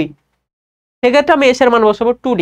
বাট সূত্র এস ইজিক্যাল টু ভিটি ছাড়া অন্য কোনো সূত্র ইউজ করবো না, হচ্ছে ব্যাপারটা। ঠিক আছে, আরেকটা জিনিস মাথায় রাখতে হবে, সেটা কি? শব্দকে মানে এই যে শব্দ যেটা, হ্যাঁ, যে আমি যদি বলে যে টাইম যেটা বের করব, সেই টাইমটা হইতে হবে কত? 0.1 সেকেন্ড বা তার থেকে বড়। 0.1 সেকেন্ড বা তার থেকে বড়, এটা কি হচ্ছে আমার শর্ত, প্রতিধ্বনি শোনা শর্ত, ঠিক না? টাইমটা হইতে হবে কত? 0.1 সেকেন্ড বা তার থেকে বড়। এর মাঝখানে যদি শব্দটা ফিরে আসে 0.1 এর মাঝখানে, তাহলে আমি প্রতিধ্বনি শুনতে পাই না। এর থেকে যদি বেশি হয় বা সমানও হয়, সেক্ষেত্রে আমি প্রতিধ্বনিটা শুনতে পাবো। তাহলে টাইম বা টাইম ডিফারেন্স আর কি, যখন দুইটা শব্দের মধ্যে চিন্তা করবো তখন টাইম ডিফারেন্স চিন্তা করব। একটা শব্দ হলে টাইম, দুইটা শব্দ হলে কি টাইম ডিফারেন্স। তাহলে টাইম ডিফারেন্স যদি বলি তাহলে সেটা হচ্ছে বেশি অ্যাকুরেট হয়। আচ্ছা ঠিক আছে, আমি যদি এখানে টাইম না বলি, এখানে যদি বলি টাইম ডিফারেন্স, যে দুইটা শব্দ যাওয়া এবং ফিরে আসার মধ্যে টাইম ডিফারেন্স যদি 0.1 সেকেন্ড হয়, তাহলে আমরা কি প্রতিধ্বনিটা শুনতে পাবো। ঠিকঠাক, ওকে। আরেকটা জিনিস হচ্ছে, আমাকে অনেক সময় ন্যূনতম দূরত্ব বের করতে বলেন, যে ব্যক্তি এবং পাহাড় বা ব্যক্তি প্রতিফলকের মাঝখানে ন্যূনতম কি পরিমাণ দূরত্ব থাকা লাগবে। তো ন্যূনতম দূরত্ব যখন আমাকে বের করতে বলবে, আমরা টাইমের মান সব থেকে ন্যূনতম বসাবো, টাইমের মানটা একদম ন্যূনতম বসাবো। এন্ড ন্যূনতম যে টাইমের মান সেটা কত, 0.1 সেকেন্ড। অর্থাৎ ন্যূনতম 0.1 সেকেন্ড ব্যবধান থাকতেই হবে। তো যখন আমাকে ডি মিনিমাম বের করতে বলবে, অনেক ম্যাথেই বলে, সেক্ষেত্রে আমাকে ন্যূনতম সময়টা বসাইতে হবে। ন্যূনতম সময় 0.1 সেকেন্ড। ট্রুলি স্পিকিং, এর বাইরে আর কোনো সূত্রই নাই। তুমি যদি অন্য কোনো সূত্র মুখস্থ করে থাকো তাহলে তুমি খুব ভুল করছো। ঠিক আছে, প্রতিধ্বনির জন্য এর বাইরে আর কোনো সূত্র নাই। আমার বিভিন্ন ক্ষেত্রে বেগ লাগবে, সব তাপমাত্রা দেওয়া থাকবে, বেগ বের করতে হবে। বেগের ম্যাথ একটু আগে শিখছি, বেসিক একটু আগে শিখছি, ওইটা কাজে লাগবে। অনেক সময় থাকবে এই লোক সামনের দিকে দৌড় দিছে, দৌড় দিলে আমি হিসাব করব যে ঠিক আছে ওই লোক কতটুকু দূরত্ব যাবে এন্ড আমার শব্দের অতিক্রান্ত দূরত্ব কত, এটা আলাদা আলাদা ভাবে হিসাব করবো এই ভিটি সূত্র থেকে, এই ভিটি সূত্র থেকে। এর বাইরে অন্য কোনো সূত্র শেখার কোনো দরকার নাই। ঠিক আছে, এবার চলো আমরা ম্যাথে চলে আসি। আচ্ছা, সো আমরা প্রথমে একটা কাজ করি, প্রথমে হচ্ছে অন্য একটা ম্যাথ করি। হ্যাঁ, অন্য একটা ম্যাথ করি। আচ্ছা এটা পড়ি আগে 5 নাম্বারটা করি, এরপর আমি মানে পরে ফিরে আসছি 4 নাম্বারে। ঠিক আছে, আচ্ছা এখানে কি বলছে, একজন বালক একটি পাহাড় থেকে কিছু দূরে দাঁড়িয়ে একটি শব্দ করে 0.5 সেকেন্ড পর প্রতিধ্বনি শুনতে পাই। ওকে, সেই স্থান থেকে 10.32 মিটার এগিয়ে শব্দ করে 0.44 সেকেন্ডে প্রতিধ্বনিটা শুনতে পাইলো। তো প্রথমে যেখানে দাঁড়াইছিল সেখানে 0.5 সেকেন্ড পর শুনতে পাইছিল, একটু আগাই গেল, এরপর কি 0.44 সেকেন্ড পরে শব্দটা শুনতে পাইছে। বলছে বায়ুমণ্ডলে শব্দের বেগ কত, এখানে কোনো তাপমাত্রা দেয়া নাই, কিচ্ছু দেয়া নাই, শব্দের বেগ চাইছে। তার মানে উদ্দীপক থেকে আমাকে এই শব্দের বেগ কি বের করে ফেলতে হবে। তাপমাত্রা যদি দেয়া থাকতো শব্দের বেগ বের করা আমার জন্য কি হইতো, ইজি হইতো। ঠিক আছে, তো আমাদের এই ম্যাথটা মানে গ নাম্বার হিসেবে একটু বড় হয়ে গেছে আর কি, বাট এটা অসুবিধা নেই। তাহলে দেখো প্রথমে এইখানে হচ্ছে কি আমার ব্যক্তি, এইখানে হচ্ছে ব্যক্তি, আর এইখানে হচ্ছে ধরো পাহাড়টা। ঠিক আছে, পাহাড়টা, তাহলে তাদের মাঝখানে যে দূরত্ব কত ছিল এটাকে আমি জানি না, এটা আমি জানি না। মাঝখানে দূরত্ব ধরে নাও ডি, এটা হচ্ছে প্রথমে। এই যে শব্দটা যাবে এবং ফিরে আসবে, টোটাল অতিক্রান্ত মানে টোটাল যে টাইমটা লাগবে এটা কত, 0.5 সেকেন্ড, এটাকে আমি জানি। তাহলে আমি এস ইজ ইকুয়াল টু কি ভিটি সূত্র ইউজ করব। তাহলে এখানে শব্দ যাওয়া এবং আসা টোটাল দূরত্ব কত, 2d, শব্দের বেগকে আমি বের করব, আর টাইমের মান কত, 0.5। শব্দ যাওয়া এবং আসা টোটাল টাইম 0.5 সেকেন্ড পর প্রতিধ্বনি শুনতে পাই, এর মানে কি গেছে এবং আসছে 0.5 সেকেন্ডে। এটাকে আমার একটা সমীকরণ। ঠিক আছে, এটাকে আমার একটা সমীকরণ হয়ে গেল। আচ্ছা, এবার আরেকটা সমীকরণ দেখো, চিন্তা করো এখান থেকে আমি একটু আগাই গেছি, তাহলে আমি এখানে একদম কিছুটা এখানে আছি, কেমন, পাহাড় তো আগে জায়গাতেই আছে, পাহাড় তো আগে জায়গাতেই আছে, তাহলে আমি কতটুকু আগাই গেছি, আমি আগাই গেছি হচ্ছে 10.32 মিটার। আমি আগে গেছি কত, 10.32 মিটার। টোটালটা ছিল ডি, আমি এতটুকু আগে গেছি, মাঝখানে কতটুকু আছে দূরত্ব, ডি মাইনাস 10.32 মিটার। এবার আবার এস ইজ ইকুয়াল টু ভিটি যদি সূত্র ইউজ করি, এবার শব্দের অতিক্রান্ত দূরত্ব কত হবে, শব্দের অতিক্রান্ত দূরত্ব হবে 2 ইন্টু ডি মাইনাস 10.32। বেগের মান আমি জানি না, টাইমের মান কত, 0.44। বুঝছি। দেখো আমি আবার বলি যে এবার দেখো আমাদের যে শব্দের অতিক্রান্ত দূরত্বটা হবে, আগের বার ছিল এই টোটালটা ডি ছিল, এখান থেকে ইনি এই পর্যন্ত ডি ছিল, এবার এখান থেকে এই পর্যন্ত আমার হচ্ছে 10.32, বাকিটুকু কত হবে, শব্দবার এই পর্যন্ত যাবে, এই পর্যন্ত ফিরে আসবে, তাহলে বাকিটুকু কত হবে, এটা যদি 10.32 হয়, কেমন, এটা হচ্ছে 10.32, তাহলে বাকিটুকু হবে ডি মাইনাস 10.32। শব্দ যাবে এবং ফিরে আসবে, ডি 2 ইন্টু ডি মাইনাস 10.32। বুঝছো ব্যাপারটা। ঠিক আছে, সো এটার মান কত পাইছি, এটার মান হচ্ছে 0.44। সো দুইটা ইকুয়েশন আমি পাইলাম। ওকে, আমি যেটা পাইলাম সেটা হচ্ছে দুইটা ইকুয়েশন পাইলাম। তাহলে আমাকে এখান থেকে বেগের মান বের করতে হবে, ঠিক না। আমি একটা কাজ করি, এই ইকুয়েশনটাকে আমার একটু মানে ইয়া করি, তো 2d যদি গুণ করে দিই আমি লিখতে পারবো কত, 2d মাইনাস 2 গুণ করে দিলে এটা হচ্ছে কত, 20.64 সেটা কত 0.44 ভি। তাহলে এই যে 2D এর যে মানটা একটু আগে শিখছি এটা কত 0.5 ভি আসে। 0.5 ভি মাইনাস 20.64 সমান হচ্ছে 0.44 ভি। তাহলে এটাকে আমি এ পাশে নিয়ে আসবো, ওইটার ওই পাশে নিয়ে যাব। তাহলে 0.5 থেকে 0.44 বাদ দিলে থাকে 0.06 ভি ইজিক্যাল হচ্ছে 20.64। এখান থেকে কি আমি ভি এর মান কি বের করে ফেলতে পারবো? তাহলে 20.64 ভাগ হচ্ছে 0.06, তাহলে এটা হচ্ছে কত 344 মিটার পার সেকেন্ড। তোমার একটা লাইন আগায় এখানে কিন্তু বলতেও পারতো যে ওই সময় শব্দের মানে বায়ুতে তাপমাত্রা বের করো। যদি বের করতে বলে ধর এটা ঘ নাম্বারে কিন্তু এরকম আসতেই পারে, এইখানেই শেষ না, তোমাকে বললো যে তাপমাত্রা বের করো, বলতেই পারে। সো তাপমাত্রা যদি বের করতে বলে পারা যাবে না। V1 হচ্ছে 330, T1 হচ্ছে 273, V2 হচ্ছে 344, T2 এর মান বের করব। আচ্ছা ঠিক আছে, দেন এবার পরেরটা আসি, ঘর নাম্বার প্রশ্নে আসি। বলছে বালকটি শব্দ উৎপন্ন করার পর 70 মিটার পাহাড়ের দিকে এগিয়ে গেলে প্রতিধ্বনি শুনতে পারবে কিনা। আমি লেটস সে এখানে বালকটা ছিল, এখানে পাহাড়টা ছিল, সো তাদের মাঝখানে যে ডিস্টেন্সটা সেটা হচ্ছে ডি।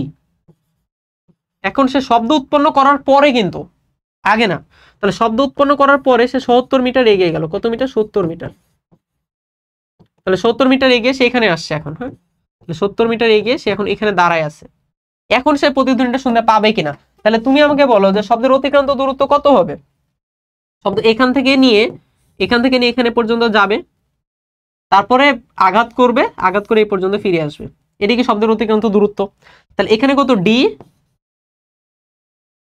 আর এখানে কত ডি মানে 70, বা হচ্ছে 2D। টোটালটা যদি হতো তাহলে 2D হতো, 2D থেকে কি 70 বাদ দিব। তাহলে শব্দের যে অতিক্রান্ত দূরত্ব, এইচ ইজ ইকুয়াল, আমি যদি ভিটি সূত্র ইউজ করি, ওকে, আমি যদি কি সূত্র ইউজ করি, এইচ ইজ ইকুয়াল টু ভিটি সূত্র ইউজ করি, এইচ ইজ ইকুয়াল টু ভিটি, তাহলে শব্দের অতিক্রান্ত দূরত্ব হচ্ছে 2D মাইনাস 70। এটাই তো, তাই না? 2D মাইনাস 70 শব্দের অতিক্রান্ত দূরত্ব। টোটালটা হলে 2D হইতো, বাট এখানে 70 মিটার কম গেছে, 2D মাইনাস 70। দেন ভি এর মান কত? 344। প্রতিধ্বনি শুনতে পাবে কিনা, প্রতিধ্বনি শুনতে পাওয়ার জন্য আমাকে কি টাইম বের করতে হবে। টাইম বের করে দেখতে হবে এটা 0.1 সেকেন্ডের থেকে কম নাকি বেশি। এখন টাইম বের করতে আমার ডি এর মান দরকার। সো ভাই ডি কত, এই টোটাল দূরত্বটুকু কত, এটা আমার জানা লাগবে। এখন ভি এর মান তুমি যদি এখানে বসাই দাও, তুমি ডি পাবা। বুঝছি ব্যাপারটা? এই যে আমি একটু আগে শিখছি যে 2D ইজিক্যাল টু হচ্ছে ভি ইন্টু 0.5। একটু আগে এটা আমি পাইছি, 2D ইজিক্যাল কত, ভি ইন্টু 0.5। তাহলে আমার ডি এর মান দরকার। তাহলে ভি হচ্ছে কত, 344 গুণিত 0.5 ভাগ হচ্ছে 2। তাহলে 344 0.5, আচ্ছা গুণ 0.5, তাই না? 344 গুণ মানে ভাগ 4 আর কি, এটা হচ্ছে 86 মিটার। ঠিক আছে, এটা কত মিটার? 86 মিটার। ডি এর মান হচ্ছে 86 মিটার। সেবার বসাই দাও তুমি। 2D এর মান হচ্ছে 86 মাইনাস 70, ঠিক আছে, আর এটা হচ্ছে তো 344 ইন্টু টি। এখান থেকে বেসিক্যালি আমি কি টি এর মান বের করে ফেলবো। তাহলে 2 গুণিত 86 মাইনাস 70 যা আছে তাহলে 344 দ্বারা ভাগ করে দিব। তো এটা আছে 0.296 বা 0.3 এর মতো, 0.29665 সেকেন্ড। এটা কত? 0.1 এর থেকে বড়, তাই না? এটা লিখে দিবা যে এটা কত, এটা হচ্ছে গ্রেটার দেন 0.1। হ্যাঁ, তো 0.29 রাখি আর কি, বা 2, আচ্ছা রাখো, এটা অসুবিধা নেই। 0.29, এটা কত 0.1 সেকেন্ড থেকে বড়, তাই কি প্রতিধ্বনিটা শুনতে পাবে, বুঝছো ব্যাপারটা? ম্যাথটা তো ইজি ছিল। আচ্ছা আমরা পরেরটা আসি, 4 নাম্বার করব আমার মনে আছে। আচ্ছা আগে এটা শেষ করি। বি অবস্থানে দাঁড়ানো ব্যক্তি শব্দ করলে 1.085 সেকেন্ড পর তার প্রতিধ্বনি শুনতে পাই। গ নম্বর প্রশ্ন বলছে পাহাড় থেকে এই অবস্থানে দাঁড়ানো ব্যক্তির দূরত্ব কত। তাইলে বি অবস্থানে দাঁড়ানো ব্যক্তি যদি শব্দ উৎপন্ন করে, তাহলে আমার একটা শর্ত দেয়া আছে বা একটা হচ্ছে ডাটা দেয়া আছে, এত সেকেন্ড পর সে প্রতিধ্বনিটা শুনতে পাই, সে নিজেই শুনতে পাই। এখন এই অবস্থান থেকে, মানে এই অবস্থানে তাহলে যে ব্যক্তি দাঁড়ায় আছে, তাই না, এই অবস্থানে দাঁড়ানো ব্যক্তির দূরত্ব কত। এই অবস্থা মানে ওই অবস্থানে যে দাঁড়ায় আছে তার থেকে পাহাড়ের দূরত্বটা আমাকে বের করতে হবে। তাইলে এইটুকু আমার দরকার, এইটুকু ধরো এক্স এর মান আমার দরকার। আমি যদি টোটাল দূরত্বটুকু জানতাম, তাহলে কিন্তু আমি এটাকে বের করে ফেলতে পারতাম, ঠিক না? টোটাল দূরত্ব জানলেও যেহেতু আমার এতটুকু অংশ জানা আছে, তাহলে এই যে টোটাল দূরত্বটা যদি আমি সামহাও বের করতে পারি, টোটালটা থেকে আমার এটা বের করলে বিয়োগ করলে কিন্তু অ্যান্সার চলে আসবে। বুঝছি তো? আচ্ছা, তাইলে আমার টোটাল দূরত্ব বের করতে হবে কোথায় থেকে? এই যে এই সমীকরণ থেকে। কারণ বি অবস্থান থেকে দাঁড়ানো এক ব্যক্তি যখন শব্দ উৎপন্ন করছিল তখন সে এত সেকেন্ড পর কি প্রতিধ্বনি শুনতে পাইছিল। তাইলে চলো আমরা এই ম্যাথটি করে ফেলতে পারি। এইখানে একটা ডাটা মিসিং আছে, এইটা মানে 175 হওয়া পসিবলই না, এটা সম্ভবত 17.5 হবে। হ্যাঁ, এটা সম্ভবত 17.5 হবে, নাকি 175ই হবে। আচ্ছা 1 মিনিট জাস্ট। 300, আচ্ছা চলো আমরা একটু ইয়া করে ট্রাই করি। এখানে কিন্তু কোনো ইয়া দেয়া নেই, মানে শব্দের বেগ দেয়া নাই। তো শব্দের বেগ না দেওয়া থাকলে এটা একটু প্যারা, শব্দের বেগ কত ধরবো। সেখানে আমরা 330 ধরে করে ফেলবো, ঠিক আছে? শব্দের বেগ তো দেয়াই নাই, এন্ড শব্দের বেগ বের করার কোনো আমাদের ওয়েও নাই, এখানে 330 ধরে করে ফেলবো আমরা। আচ্ছা, তাহলে আমাদের গ নম্বর প্রশ্নে আসি। তাহলে গ নম্বর প্রশ্ন হচ্ছে বি অবস্থানে দাঁড়ানো ব্যক্তি, তাই না?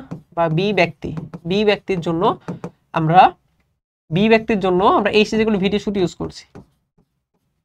তো শব্দটা তো হচ্ছে ইয়ার শব্দ, মানে সমীকরণটা শব্দের আর কি, মানে বি এর জন্য ইউজ করছি। তাইলে শব্দটা যখন যাবে এবং ফিরে আসবে টোটাল কতটুকু দূরত্ব অতিক্রম করবো, ধরে নাও কত 2d, ঠিক আছে? 2d ইজিক্যাল হচ্ছে কত ভি, আর টি এর মান হচ্ছে আমার জানা আছে। সো ভি এর মান আমি ধরে নেব কত 330, ভি এর মান হচ্ছে 330, আর টাইমের মান হচ্ছে 1.0857 এখান থেকে আমি কি ডি এর মান কি বের করে ফেলতে পারবো। তাহলে 330 ইন্টু 1.0857 বাই 2, 169.1405 মিটার। তাহলে এই যে বি অবস্থানে যে দাঁড়ানো ব্যক্তি আছে তার থেকে অতিক্রান্ত দূরত্ব হচ্ছে কত? 169.1405 মিটার। আচ্ছা, তাহলে এটা ঠিকই আছে, এটা 175 মিটার হওয়া পসিবল। হ্যাঁ, এটা 175 মিটার হওয়া পসিবল। ওকে, তাইলে আমাদের এই দূরত্বকে আমি বের করে ফেলতে পারি এবার, ঠিক আছে? তাহলে আমার এক্স এর মান কত হবে? এক্স এর মান হবে ডি মাইনাস 175। তাইলে আমাদের এটা হবে হচ্ছে 169 বা বিয়োগ করে ফেলি একদম যদি একসাথে, তাহলে 4.1405, তাই না? এটা থেকে এটা বিয়োগ করলে 175 বিয়োগ করলে 1405 মিটার। এটাই আমাদের অ্যান্সার শেষ। ওকে, এবার তুমি ঘ নম্বরে আসো। বলছে যে এই অবস্থানে দাঁড়ানো ব্যক্তিটি উক্ত শব্দের প্রতিধ্বনি শুনতে পাবে কিনা। বি অবস্থানে এক ব্যক্তি যে শব্দটা উৎপন্ন করছিল সেটা এই অবস্থানে দাঁড়ানো ব্যক্তি আসলে শুনতে পাবে কিনা। আচ্ছা, তো এটা তো অনেক মানে, আচ্ছা আমি কি কোথাও একটা ভুল করলাম কিনা, নাকি এখানে আসলে মানটা অনেক বেশি দেয়া আছে, মানে শব্দ 1 সেকেন্ড পর ফিরে আসছে, এটা কিন্তু হিউজ, ঠিক না? 1 সেকেন্ড পর যদি ফিরে আসে এটা অনেক বেশি দূরত্ব। নর্মালি 0.15 সেকেন্ড, 0.2 সেকেন্ড পর ফিরে আসে, তাই না? 0 পয়েন্ট সামথিং, কেন 1 সেকেন্ড। আচ্ছা, সো ব্যাপার না আর কি, যেভাবে দিয়েছে সেভাবে করে ফেলতে পারি। এখানে কোনো ডাটা মিসিংও থাকতে পারে, মানে ধরো একটু টাইপিং মিস্টেকও থাকতে পারে। বাট আমি তোমাকে বলি এই ম্যাথটা শিখাই উদ্দেশ্য না, ম্যাথের ধরনগুলো শেখার উদ্দেশ্য, ম্যাথগুলো সলভ করতে পারার উদ্দেশ্য, যে তুমি শিখছো কিনা শিখার উদ্দেশ্য, ঠিক আছে? এমন না যে আমি এই ম্যাথটা তোমাকে সলভ করালাম, তুমি মুখস্থ করবা, পরীক্ষায় যাবা, পরীক্ষায় এটা আসবে, তা না। এই ধরনের অন্য একটা ম্যাথ আসবে, ওই ম্যাথটা তোমাকে সলভ করতে হবে, এটা তুমি শিখবা, ঠিক না? সো যদি কিছু ভুল থাকে অসুবিধা নেই, আমরা করে ফেলবো। আচ্ছা, সো আমাদের বি ব্যক্তি যখন শব্দ উৎপন্ন করছে এ ব্যক্তি শুনতে পাবে কিনা, তাইলে আমরা এই সিজিগুলি কত ভিটি সূত্র ইউজ করব। হ্যাঁ, একদম সরাসরি কথাই চলে যাচ্ছে, তাই না? আচ্ছা, সরাসরি কথাই চলে যাই, সূত্রেই চলে যাই। এই সিজিগুলি কত ভিটি ইউজ করব। তাহলে বলো তো বি ব্যক্তি যদি শব্দ উৎপন্ন করে আর এ ব্যক্তি যদি শুনে, তাহলে শব্দের অতিক্রান্ত দূরত্ব কত? তাহলে এখান থেকে এখান পর্যন্ত যাবে, প্লাস এখান থেকে এ পর্যন্ত আসবে, এতটুকু এক্স, এতটুকু কত ডি, তাই না? ডি প্লাস এক্স না, শব্দের টোটাল অতিক্রান্ত দূরত্ব কত হবে? ডি প্লাস এক্স ইজিক্যাল হচ্ছে কত? ভিটি। ডি এর মান কত? টোটাল যে দূরত্বটা কত? 169.1405, ঠিক না? প্লাস এক্স, এক্স মানে ওই অতটুকু দূরত্ব, সেটা কত? 4.1405। শব্দের বেগের মান কত? 330। আর টাইমের মানকে আমি বের করব যে কতটুকু টাইম লাগবে। এটা হচ্ছে 169.1405 যোগ 4.1405 যা আসে তাহলে 340 দ্বারা 330 দ্বারা ভাগ করে দিব। এটা হচ্ছে 0.55 বা 56 0.56 সেকেন্ড। এটা হচ্ছে কত 0.1 সেকেন্ডের থেকে বড়, তাইলে প্রতিধ্বনিকে শুনতে পাবে। হ্যাঁ, যেহেতু 0.1 সেকেন্ডের থেকে বড় তাই কি প্রতিধ্বনি শুনতে পাবে। বুঝছি? আচ্ছা, এবার আমি টুটুলে যাওয়ার আগে আমরা 4 নম্বর প্রশ্নটা সলভ করে আসি। ওকে, পরে প্রশ্নটা বলছে একটা ছেলে আংশিক পানিপূর্ণ কুয়ার মুখে হাততালি দেওয়ার পর 0.12 সেকেন্ড এবং 0.15 সেকেন্ড পরপর দুটি শব্দ শুনতে পেয়েছে। কম্পাঙ্ক দেয়া আছে, বাতাসে শব্দের পানির বেগ দেয়া আছে, বলছে পানিতে শব্দটি তরঙ্গ দৈর্ঘ্য নির্ণয় করো। ওকে, পানিতে শব্দটি তরঙ্গ দৈর্ঘ্য বের করতে হবে। আমাদের পানিতে শব্দের কম্পাঙ্ক দেয়া আছে আর পানিতে শব্দের বেগ দেয়া আছে। এফ দেয়া আছে, এফ এর মান হচ্ছে 1.2 কিলো হার্জ। 1.2 কিলো হার্জ, তাহলে 1000 দ্বারা যদি গুণ করে দাও এটা হবে 1200 হার্জ। ওকে, এটা কি আমাদের শব্দের বেগ, কম্পাঙ্ক। আর শব্দের বেগ দিয়ে জানা আছে আমার, এটা হচ্ছে 1500 metre per second. 1500 metre per second. আমার চাইছে হচ্ছে তরঙ্গ দৈর্ঘ্য। তাহলে ল্যামডা, সো আমরা V equal to F lambda সূত্র ইউজ করতে পারি। এখান থেকে কি আমি ল্যামডা বের করব, সো ল্যামডা সমান হবে হচ্ছে V by F. Okay, lambda সমান হচ্ছে কত V by F. So V এর মান হচ্ছে কত 1500 আর এফ এর মান হচ্ছে কত 1200। 1500 বাই 1200 মানে 15/12 আর কি বেসিক্যালি। এটা হচ্ছে 1.25, এটা হচ্ছে 1.25 মিটার। বেশ, আচ্ছা, ঘ নম্বর প্রশ্ন হচ্ছে গাণিতিক বিশ্লেষণের মাধ্যমে যে কুয়ার যে গভীরতা এটাকে আমাকে নির্ণয় করতে হবে। ঠিক আছে, তাহলে এখানে কি কি দেয়া আছে, যে একটা পানিপূর্ণ কুয়া আছে, পানিপূর্ণ না আংশিক পূর্ণ, একটা হাততালি দেওয়া হয়েছে, তো সেটা 0.1 সেকেন্ড আর 0.15 দুইটা সময় পর প্রতিধ্বনি শুনতে পাইছে। বাট বাস্তবে আসলে এটা পসিবল না, কারণ 0.12 সেকেন্ড আর 0.15 সেকেন্ড মাঝখানে টাইম মানে ডিস্টেন্স কত 0.03। এই সেকেন্ডে আসলে পর্ব দুইটা শব্দ শুনতে পাওয়ার কথা না, বাট লেটস সে সে শুনতে পাইছে বা তার কানে আসছে, তাইলে কুয়ার গভীরতাকে আমাকে বের করতে হবে, ঠিক না? লেটস সে মনে করো এরকম কি আমাদের একটা কুয়া আছে, ধরে নাও এরকম একটা কুয়া আছে, তাহলে এই কুয়াটা কিছু পরিমাণ পানি পূর্ণ আছে, তাহলে ধরো না এই পরিমাণ পানি পূর্ণ আছে। হ্যাঁ, এই যে এই লেয়ারটা পর্যন্ত পানি কি পূর্ণ, কিছু অংশ খালি। আমাকে বের করতে কুয়ার গভীরতা টোটালটা কত। হ্যাঁ, টোটাল যে গভীরতা ধরে নাও সেটা কত ক্যাপিটাল এইচ, সেটাকে আমাকে বের করতে হবে। তাহলে আমাদের দুইটা প্রতিফলিত পৃষ্ঠ আছে এখানে, এখান থেকে যদি শব্দ করি, একটা শব্দ এখান থেকে এখানে আসবে, তারপরে এখান থেকে এখানে গিয়ে ফিরে যাবে, এটা কি একটা শব্দ।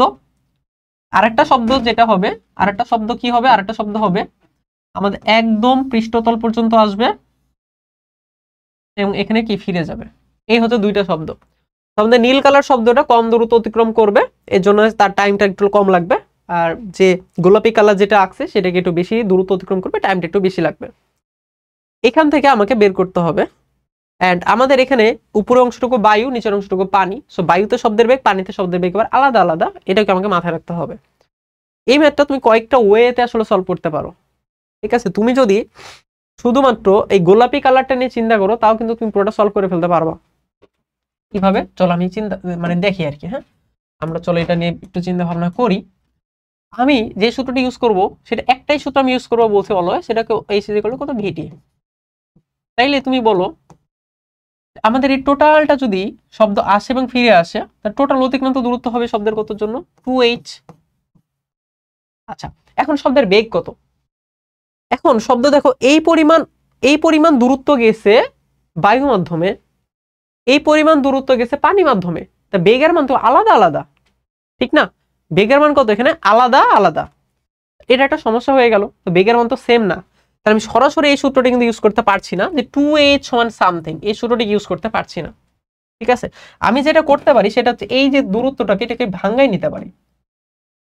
যেমন আমি উপরের অংশটুকু আমি ধরে নিলাম x, উপরের অংশটুকু ধরে নিলাম x, আর নিচের অংশটুকু ধরে নিলাম x প্রাইম। x আর x প্রাইম দুইটা যোগ করলে কি পাবো, h পাবো। x আর x প্রাইম দুইটা যোগ করলে কি পাবো, আমি h পাবো। আচ্ছা, সো এখানে সিম্পলি আমরা যেটা করতে পারি সেটা হচ্ছে আমরা হচ্ছে একবার x এর জন্য চিন্তা করব, মানে যেটা বায়ুতে, একবার পানির জন্য চিন্তা করব, তাহলে মানে পানিতে আর কি। ঠিক আছে, একবার বায়ুর জন্য একবার পানির জন্য। এভাবে তুমি যদি চিন্তা করো একদম সিম্পলি, সব থেকে মানে আমার মনে হয় সবথেকে সিম্পলি হবে আর কি। তুমি শুধুমাত্র বায়ুর জন্য যদি চিন্তা করো তাহলে বায়ুতে অতিক্রান্ত দূরত্ব কত 2x। ঠিক আছে, আমরা এটা যে ইউজ করছি প্রথমবার, যে সূত্রটা কিসের জন্য বলো তো, বায়ুর জন্য। ঠিক আছে, আমরা দুইটা সূত্রকে বেসিক্যালি আলাদা আলাদা ভাবে ভাগ করে নিচ্ছি। আমাদের কাছে মনে হচ্ছে যে দুইটা ভাগ করে নিলে কি সব থেকে ইজিয়ার হবে। তো বায়ুর জন্য এই সিজিকলটা আমরা কি ভিটি সূত্র ইউজ করছি। তাহলে বায়ুতে যে অতিক্রান্ত দূরত্ব এটা কত 2x, বায়ুতে যে শব্দের বেগ সেটা কত 330। ঠিক আছে, বেগও দেয়া আছে। আর বায়ুতে যে টাইমটা লাগছে কত 0.12 সেকেন্ড। বায়ুতে যে টাইমটা লাগছে এটা কত 0.12 সেকেন্ড। সো এখান থেকে কি আমি এক্স এর মান কি বের করে ফেলতে পারি, যে 330 গুণিত 0.12 বাই 2, এটা হচ্ছে 19.8 মিটার। 19.8 মিটার এটা হচ্ছে এক্স এর মান, অর্থাৎ উপরটুকুর মান। ঠিক আছে, এক্স এর মান বা উপরটুকুর মান হচ্ছে 0.18 মিটার। এবার আসো নিচের টুকুতে। হ্যাঁ, এবার নিচের টুকুতে আসো যেখানে পানি। তাহলে এবার শুধুমাত্র আমরা পানির জন্য সূত্রটা ইউজ করব।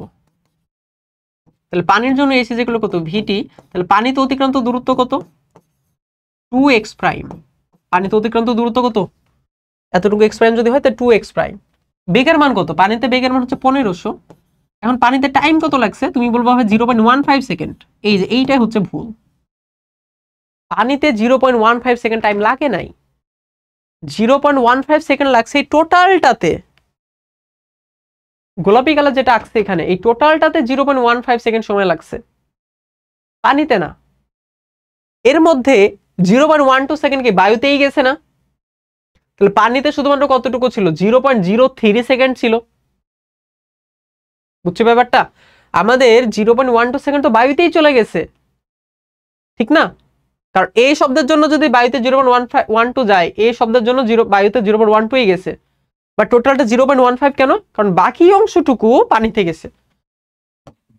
তাহলে এইখানে হবে 0.15 মাইনাস 0.12, এই সময়টাও কিসে গেছে, পানিতে গেছে। তাহলে এখান থেকে তুমি এক্স প্রাইমের মানটা বের করে ফেলবা। তাহলে 1500 তার সাথে 0.03 গুণ করবা, তাহলে 2 দ্বারা ভাগ করে দিবা। তো এটা হবে 22.5 মিটার।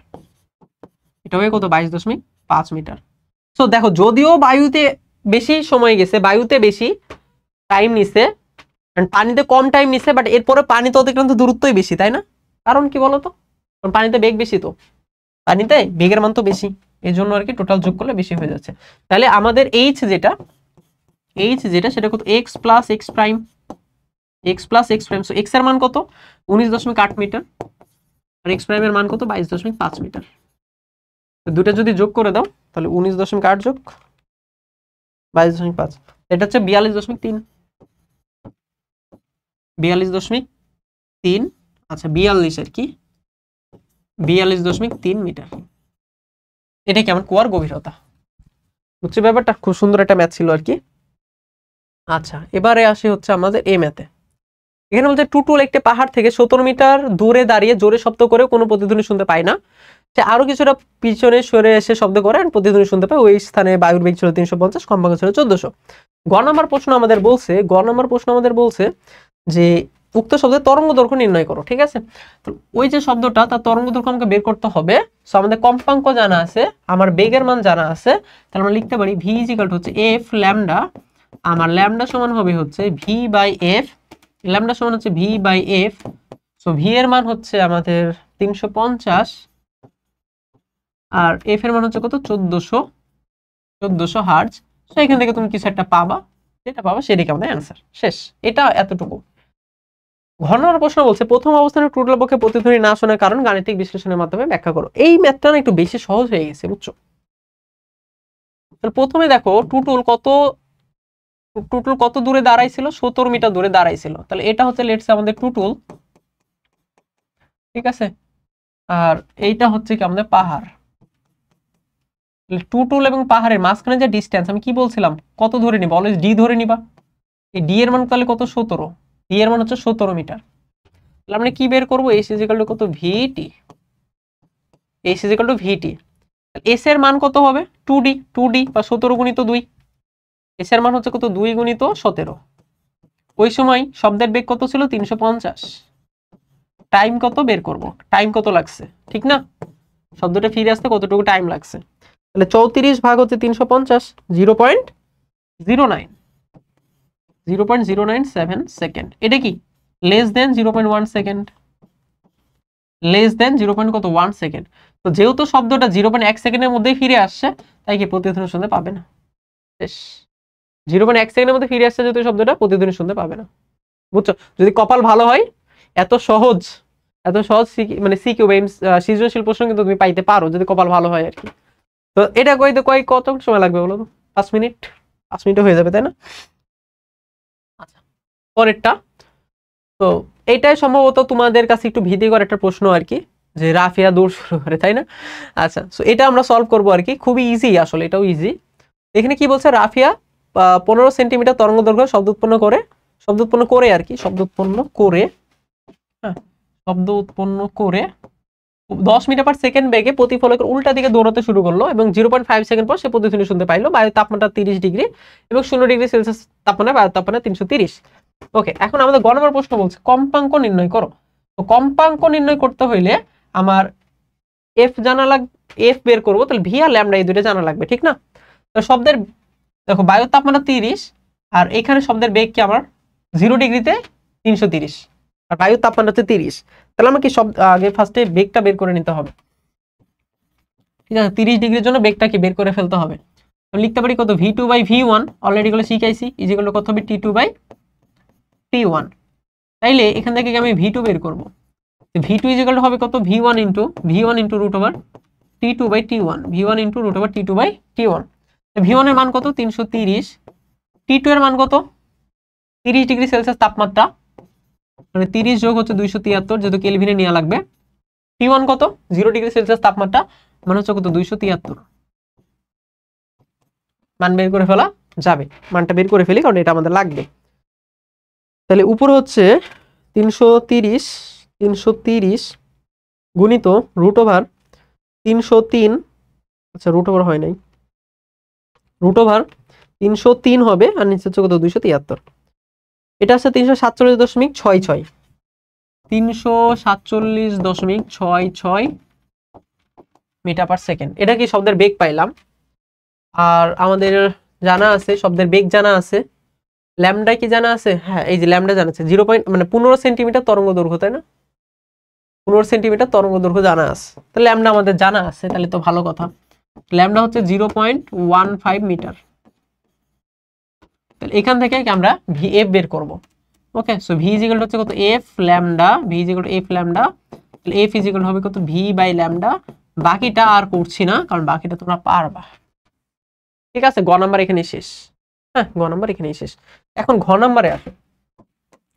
ঘ নাম্বার বলছে রাফিয়া যদি একই বেগে প্রতিফলকের দিকে দৌড়ায় তাহলে সে আসলে প্রতিধ্বনি শুনতে পাবে কিনা।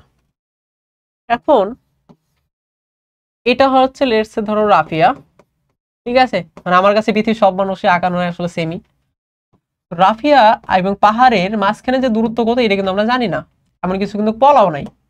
আমাদের যেটা বলা হয়েছে সেটা হচ্ছে রাফিয়া যখন শব্দ উৎপন্ন করে, লেটস এটা হচ্ছে ডি, রাফিয়া যখন শব্দ উৎপন্ন করে এই দিকে দৌড়ানো শুরু করে ভি বেগে, বা লেটস হচ্ছে ভি প্রাইম বেগে। ওকে, রাফিয়ার যে বেগটা লেটস এটা হচ্ছে কত, ভি প্রাইম, এর দিকে যখন দৌড় শুরু করে তখন সে 0.5 সেকেন্ড পরে প্রতিধ্বনিটা শুনতে পাইছে। জাস্ট এতটুকু ডাটা থেকে আমি আসলে এটা বের করতে পারি যে এই মাঝখানে তার দূরত্ব কত ছিল। তাইলে আমরা ইউজ করতে পারি শব্দের জন্য এস ইজিক্যাল টু ভিটি, ঠিক আছে? S is equal to VT. Let's say Rafia এই পরিমাণ দূরত্ব অতিক্রম করবে, রাফিয়া এই পরিমাণ দূরত্ব অতিক্রম করবে এবং এই দূরত্বটা হচ্ছে এক্স। রাফিয়া এই পরিমাণ দূরত্ব অতিক্রম করবে, এই দূরত্বটা হচ্ছে কি আমার এক্স। হ্যাঁ, এটা হচ্ছে কি রাফিয়ার অতিক্রান্ত দূরত্ব, ঠিক আছে? রাফিয়া কি ভি প্রাইম বেগে দৌড়ে যাওয়ার সময়, ভি প্রাইম বেগে সে তো দৌড়ায় যাবে, ঠিক না? তার যে বেগটা এটা কত, ভি প্রাইম, এই পরিমাণ দূরত্ব অতিক্রম করবে। তাইলে শব্দ কতটুকু দূরত্ব অতিক্রম করবে? শব্দ ফার্স্টে এখান থেকে এখানে যাবে ডি, তারপর এখান থেকে আবার রাফিয়ার কাছে ফিরে আসবে। তাহলে এখান থেকে এ পর্যন্ত ডি, এখান থেকে এ পর্যন্ত ডি, এখান থেকে এ পর্যন্ত এক্স, 2d প্লাস এক্স, বুঝছি? তাহলে এস এর যে মানটা এটা কত হবে, 2d প্লাস এক্স। বেগের মান কত জানি না, বেগের মান না জানি তো, বেগের মান তো 347.66, 347.66 6 টাইম কত, কত সময় পরে আসলে ফিরে আসছে 0.5 সেকেন্ড, 0.5 সেকেন্ড। আমার বের করা দরকার ডি এর মান, ডি এর মান দরকার হলে আমার এক্স এর মান কি জানা লাগবেই। এক্স এর মান আমি জানি না, রাফিয়া কি পরিমাণ দূরত্ব গেছে এটা আমি জানি না, এখন পর্যন্ত জানি না, বের করা তো যাবে না, হ্যাঁ যাবে, বের করা যাবে কিভাবে। দেখো রাফিয়ার জন্য আমরা এস ইজ ইকুয়াল টু ভিটি সূত্র ইউজ করলাম। তাহলে রাফিয়া কি পরিমাণ দূরত্ব অতিক্রম করবে, এক্স দূরত্ব, রাফিয়ার বেগ কত 10, রাফিয়া যে দূরত্বটা অতিক্রম করবে এটা কত সময় অতিক্রম করবে 0.5 সেকেন্ড। কারণ শব্দটা তার কানে ফিরে আসছে, লেটস সে স্টপওয়াচ চালু করে দৌড় দিছে, শব্দটা ফিরে আসছে 0.5 সেকেন্ড পরে, তার মানে সে 0.5 সেকেন্ড পর্যন্তই তো গেছে, ঠিক না, 0.5 সেকেন্ড পর্যন্ত সে একটা দৌড় দিছে, সে ওই দূরত্বটাই তো আমি বের করছি যে 0.5 সেকেন্ডে সে কি পরিমাণ দূরত্ব গেছে, তো টাইম অবশ্যই 0.5 সেকেন্ডই হবে। তাহলে এখানে এক্স এর মান হচ্ছে কত হবে 5 মিটার, ঠিক না, এক্স এর মান কত হবে 5 মিটার, বুঝছি। তো রাফিয়ার বেগ ইনটু সময়, যে সময় পর্যন্ত সে দৌড়াইছে, গুণ করলাম 0.5 মিটার আর কি, এই মানটাকে আমরা এখানে বসাই দিব। হ্যাঁ, তো এটা মান কত 5, আর এটা মান কি গুণ করে দিব, ঠিক আছে, এটা মানকে আমি গুণ করে দিব। আচ্ছা একটা কাজ করি, তাহলে এখান থেকে কি আমি ডি এর মান বের করে ফেলতে পারবো, 2d প্লাস এক্স এর মান হচ্ছে 5, আর এটার মান কিছু একটা পাবো, এখান থেকে কি ডি এর মান আমি কি বের করে ফেলতে পারি। তাহলে এটা হচ্ছে 347.66 গুণিত 0.5, যা পাইছি 173.88 পাইছি, সেখান থেকে কি 5 বিয়োগ করব, ওকে, যা পাইছি তার আবার 2 দ্বারা ভাগ করব। এটা হচ্ছে 84.415 মিটার। রাফিয়া এবং পাহাড়ের মাঝখানের ডিস্টেন্স হচ্ছে যেটা, রাফিয়া এবং পাহাড়ের মাঝখানের ডিস্টেন্সটাকে আমরা বের করছি। এখন হচ্ছে পরের স্টেপে, এটা হচ্ছে ইনিশিয়াল স্টেপটা ছিল, এবার হচ্ছে পরের স্টেপে, যেখানে এবার রাফিয়া হচ্ছে পাহাড়ের দিকে দৌড় দিবে, ঠিক আছে। তাহলে এটা হচ্ছে কি পরের বার,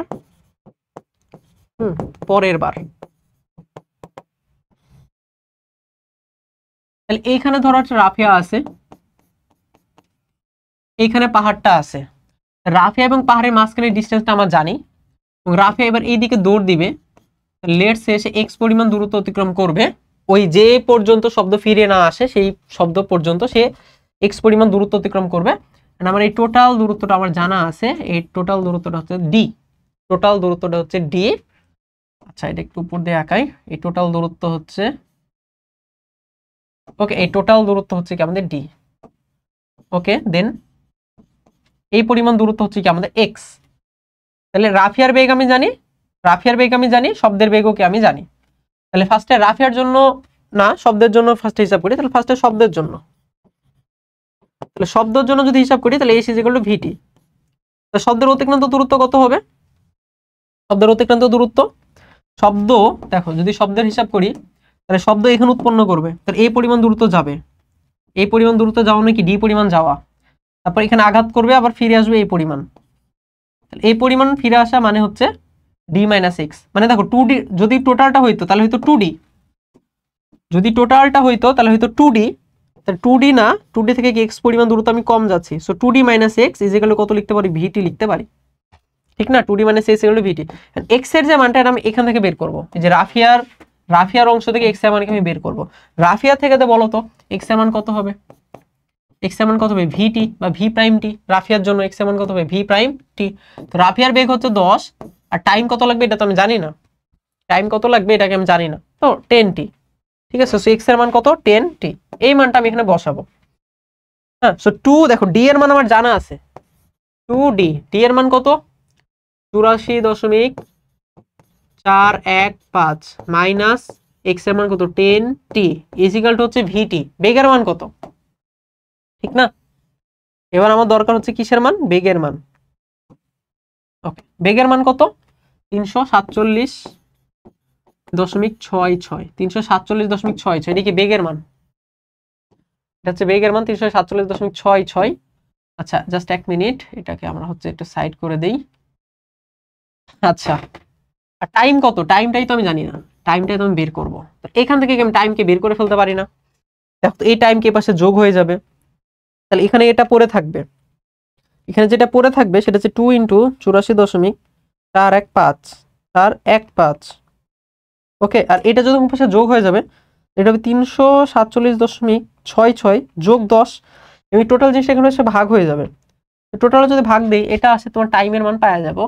এই টাইমের মান হচ্ছে 0.47, অ্যান্ড এটা হচ্ছে গ্রেটার দেন 0.1। তো এখানেও কি আমি প্রতিধ্বনিটা কি শুনতে পাবো, বুঝছি, এখানে কি প্রতিধ্বনিটা শুনতে পাবো। তাহলে ম্যাথটা হচ্ছে সহজই আছে, তাই না? ম্যাথটা কিন্তু খুব একটা কঠিন না, কঠিন কিছুই না, ম্যাথটা যথেষ্ট সহজ আছে। যদি তুমি একটু বুঝে বুঝে বুঝে বুঝে করা ট্রাই করো, সেই ক্ষেত্রে সহজ। আর তুমি যদি সবগুলো মানে মানে জিনিসগুলো যদি বুঝো আর কি, প্রকৃতপক্ষে যদি বুঝো, তাহলে এই ম্যাথটা আসলেই সহজই আছে। ঠিক আছে, তাহলে কি হয়েছিল, রাফিয়া শব্দ উৎপন্ন করে উল্টা দিকে দৌড় দিছিল, সে উল্টা দিকে দৌড় দেওয়ার ওইখান থেকে আমি ডি এর মানটা বের করলাম। ডি এর মান মানে রাফিয়ার এবং পাহাড়ের মাঝখানে দূরত্ব বের করলাম। এরপর আমি হিসাব করলাম যে পরের বার যদি এই দিকে দৌড় দেয়, তাহলে সে আসলে দূরত্ব অতিক্রম করতে পারবে কিনা। তো মানে আমরা দেখতে পাচ্ছি সে কি দূরত্ব অতিক্রম করতে পারে। তো এটাই কি হচ্ছে মোটামুটি আমাদের অ্যান্সার। আচ্ছা, তো এখন হচ্ছে তোমাদের কাজ হচ্ছে তোমাদের সৃজনশীল গুলো আরো যেগুলো আছে সবগুলা তোমরা মোটামুটি সলভ করবা। ঠিক আছে, ভালো মতো প্র্যাকটিস করবা। এন্ড এখন হচ্ছে আমরা শর্ট কোশ্চেন অ্যান্সারে যাচ্ছি। ওকে, এখন এই যে শর্ট কোশ্চেন অ্যান্সার সম্পর্কে আমি আগেও বলছি, যারা কাজ শক্তি ক্ষমতা চ্যাপ্টারটা দেখছো তাদেরকে আমি আগেও বলছি, হ্যাঁ, যে এখানে না আসলে কি ধরনের যে প্রশ্ন আসবে এটা না ধর কেউ 100% শিওর না, মানে এর আগে কখনো আসে নাই। সবার আশা কি বা ধারণা কি যে খ নাম্বারে যে প্রশ্নগুলো আসে অনুধাবনমূলক প্রশ্ন, এই ধরনের কিছু প্রশ্ন বা আরেকটু মডারেট টাইপের কিছু প্রশ্ন আসতে পারে। এখন খ নাম্বারের প্রশ্নগুলো যদি আসে, লেটস সে তুমি তো প্র্যাকটিস করার জন্য তুমি গাইডে তো পড়ছোই, তাই না, ক খ এগুলো তো তুমি গাইড থেকে পড়েই নাও বা টেস্ট পেপার থেকে পড়েই ফেলো। কিন্তু এটার থেকে একটু মডারেট প্রশ্ন বা আরেকটু ক্রিটিক্যাল প্রশ্ন, এই প্রশ্নগুলো কিন্তু তোমার কেউ প্র্যাকটিস করায় না, ঠিক না? আমি চেষ্টা করবো ওই ধরনের প্রশ্নগুলো একটু সলভ করানোর, কারণ আমি জানি যে মানে তোমার যে প্রশ্নগুলো যেগুলো গাইডে আছে বা টেস্ট পেপারে সেগুলো তুমি নিজেই পড়ে ফেলতে পারবা, বাট যেগুলো একটু মডারেট বা আর একটু ক্রিটিক্যাল আর একটু থিঙ্কিং লেভেল বাড়াইতে হবে, এই ধরনের প্রশ্নগুলো আসলে কেউ করায় না বা হচ্ছে মনে করো যে ব্যাখ্যা করে না আর কি, মানে সার্চ করে না বা হচ্ছে বিশ্লেষণ করার আসলে টাইম কম মানুষের, তাই না? তো আমি মোটামুটি এই ধরনের কিছু প্রশ্ন আর কি, এই ধরনের কিছু প্রশ্ন আর কি এখান থেকে কি তোমাদেরকে সলভ করাবো। ঠিক আছে, আমার কাছে যেগুলো মনে হয়েছে যে এই প্রশ্নগুলো তোমাদের আসলে অ্যান্সার কি জানা উচিত, এই প্রশ্নগুলো হচ্ছে যদি জানা থাকে তাইলে আশা করা যায় যে কোনো প্রশ্নেরই কি তুমি অ্যান্সার দিতে পারবা। এই ধরনের কিছু প্রশ্নই কি আমি আসলে সলভ করাবো। এন্ড তোমরা জানাইতে পারো আসলে পুরো ফিজিক্সের আসলে এই ধরনের প্রশ্ন তোমরা প্লেলিস্ট চাও কিনা। যদি তোমরা সবাই চাও তাহলে দেখা যাচ্ছে পুরো ফিজিক্সে অর্থাৎ ভৌত জগৎ থেকে শুরু করে যতগুলো চ্যাপ্টার তোমাদের আছে পুরো ফিজিক্সের জন্য একটা আমি জাস্ট প্লেলিস্ট বা একটা সিরিজে নিয়ে আসতে পারি, যেখানে হয়তো শুধুমাত্র শর্ট কোশ্চেনে আমি আলোচনা করব। ওকে, সো এটা আসলে তোমাদের উপরে, সো তোমরা যদি সবাই চাও তাহলে এটা অবশ্যই হবে, আর কমেন্টে জানাইতে পারো। অ্যান্ড অবশ্যই ক্লাস ঠিক মতো বুঝছো কিনা, ক্লাস উপকৃত হচ্ছে কিনা এগুলো জানাও। এগুলো আসলে শুনলে একটু ইন্সপায়ার্ড হই, আর কারো কোনো সাজেশন থাকলে সেটাও জানাইতে পারো। ঠিক আছে, আচ্ছা আমরা শুরু করি। প্রথম প্রশ্ন বলছে সরল দোলক এবং স্প্রিং এর জন্য প্রত্যয়নী বলের যোগান দেয় কে? ওকে, সো প্রত্যয়নী বল এটা মানে কি? দেখো সরল দোলকে যখন আমি ছেড়ে দেই, উপর থেকে যখন ছেড়ে দিই এটা কি সাম্যাবস্থার দিকে আসার চেষ্টা করে, স্প্রিং এ যখন টেনে ছেড়ে দেই এটা কি সাম্যাবস্থার দিকে আসার চেষ্টা করে। তাহলে যেই বলের কারণে সাম্যাবস্থার দিকে আসার চেষ্টা করে ওই বলটাকে বলে প্রত্যয়নী বল বা রিস্টোরিং ফোর্স, রিস্টোরিং ফোর্স, বুঝছে? তাহলে সরল দোলকের জন্য লেটস আমি যদি একটা সরল দোলক চিন্তা করি, তাহলে এটা একটা সরল দোলক, তাহলে সরল দোলকটা যদি এইরকম একটা পজিশনে নিয়ে যদি ছেড়ে দিই তাহলে এটা কি এভাবে দুলতে থাকে, বাট সে কিন্তু বারবারই চাই সে কোন দিকে আসতে চাই, এই সাম্যাবস্থার দিকে আসতে চাই। সাম্যাবস্থার দিকে আসার জন্য কোন বলটা কাজ করছে? ওজন। তাহলে সাম্যাবস্থার দিকে আসার জন্য এখানে কি কাজ করে? ওজন বল, কারণ তার ওজনের জন্য সে কি করে সাম্যাবস্থার দিকে আসার চেষ্টা করে, বুঝছি?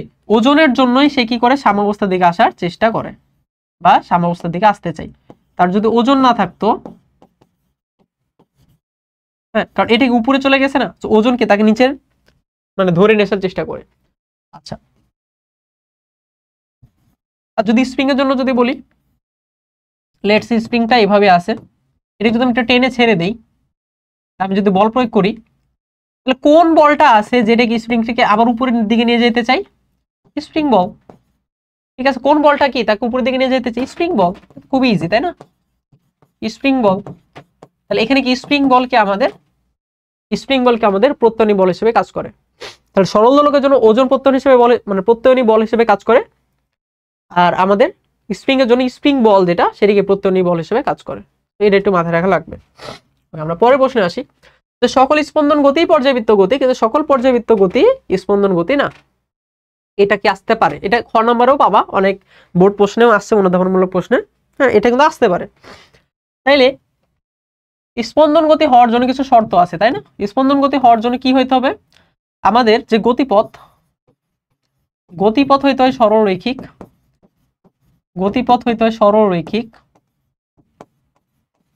এবং আমাদের একটা শর্ত মেনে চলতে হয়, তাই না? শর্তটা কেমন? শর্তটা হচ্ছে আমাদের যে সরণ হবে ত্বরণের সমানুপাতিক বা দিক হচ্ছে উল্টা, ত্বরণের সমানুপাতিক বা দিক হচ্ছে উল্টা। আরেকটা জিনিস হচ্ছে সাম্যাবস্থাকে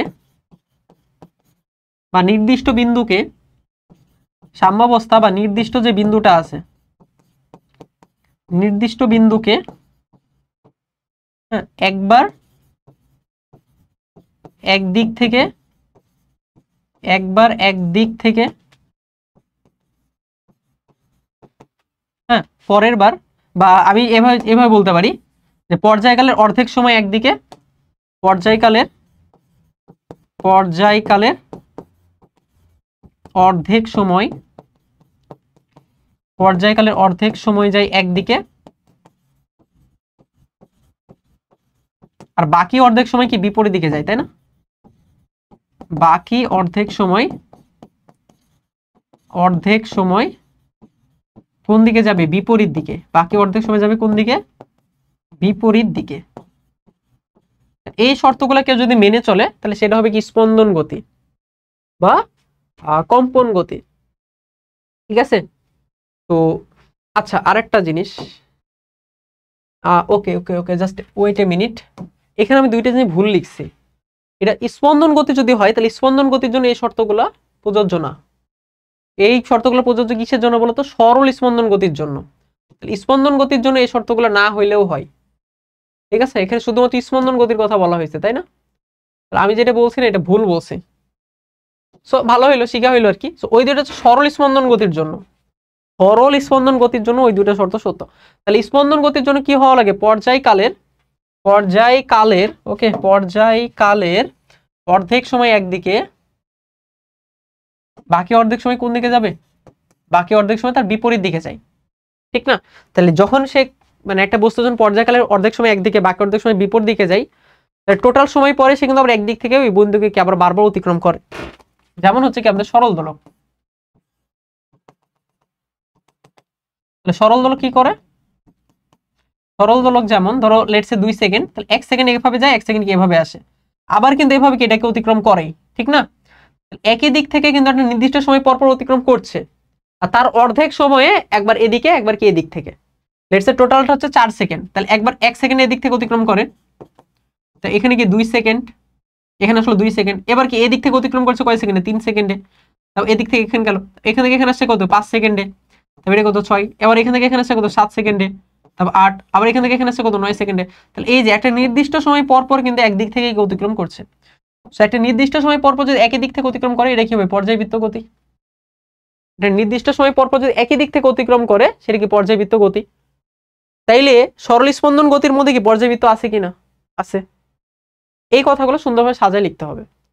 কিভাবে সাজায় লিখবা এগুলো কিন্তু তুমি একটু টেস্ট পেপার ফলো করলে পারো, ওরা অনেক সুন্দরভাবে সাজায় দেয়। আমি তোমার বুঝাইলাম, আর আমি যদি বলি যে হ্যাঁ সাজায় কিভাবে লিখতে হবে, তাহলে তুমি লিখবা যে আমাদের পর্যায়বৃত্ত গতির ক্ষেত্রে নির্দিষ্ট সময় পর পর একটা নির্দিষ্ট বিন্দুকে একই দিক থেকে অতিক্রম করে, আর স্পন্দন গতির ক্ষেত্রে পর্যায়কালের অর্ধেক সময় একদিকে, বাকি অর্ধেক সময় কি তার বিপরীত দিকে যায়।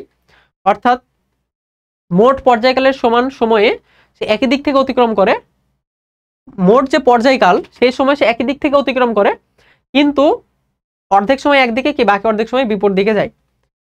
বাট পর্যাবৃত্ত গতির ক্ষেত্রে যদি কোন একটা বস্তু কণা পর্যায়কাল অর্ধেক সময় একদিকে, বাকি অর্ধেক সময় কি তার বিপরীত দিকে না চলে, তাহলে সেক্ষেত্রে কিন্তু সেটা কি হবে না? স্পন্দন গতি হবে না। ঠিক আছে? সকল স্পন্দন গতি কি পর্যাবৃত্ত গতি, বাট সকল পর্যাবৃত্ত গতি কি স্পন্দন গতি না। এই জিনিসটা একটু সুন্দরভাবে সাজায় গুজায় লিখে দিও, তাহলে আই হোপ একটা ভালো মার্কস পেয়ে যাবা। আচ্ছা, পরেরটা আসি, বলতে পৃথিবীর মধ্যখান দিয়ে একটা সুড়ঙ্গ খনন করে সেখানে যদি একটা বল ছেড়ে দেওয়া হয় তাহলে কি ঘটবে? ঠিক আছে, এটা খুবই সুন্দর একটা প্রশ্ন। এই প্রশ্নটা ইন্টারমিডিয়েটে অনেক ফেমাস। হ্যাঁ, আমি একটু আগে তোমাকে পড়াই দিচ্ছি, কারণ এগুলো আসতে পারে, ঠিক না? আমরা আসলে কেউই জানি না যে কি আসবে। তো পৃথিবীর মাঝখানে এরকম একটা সুড়ঙ্গ খনন করা হইলো। আমি আচ্ছা, সো পৃথিবীর মাঝখানে আমি একটা সুড়ঙ্গ খনন করে ফেলছি, একটা বলকে আমি ছেড়ে দিচ্ছি, কি ঘটবে এটাকে আমার দেখার বিষয়, ঠিক না? এই বলটাকে তার ওজন নিচের দিকে কি করবে? আকর্ষণ করবে। তার ওজন না, মানে পৃথিবীকে তাকে নিচের দিকে কি করবে? আকর্ষণ করবে। তো এই বলটাকে আস্তে আস্তে ত্বরণ হবে।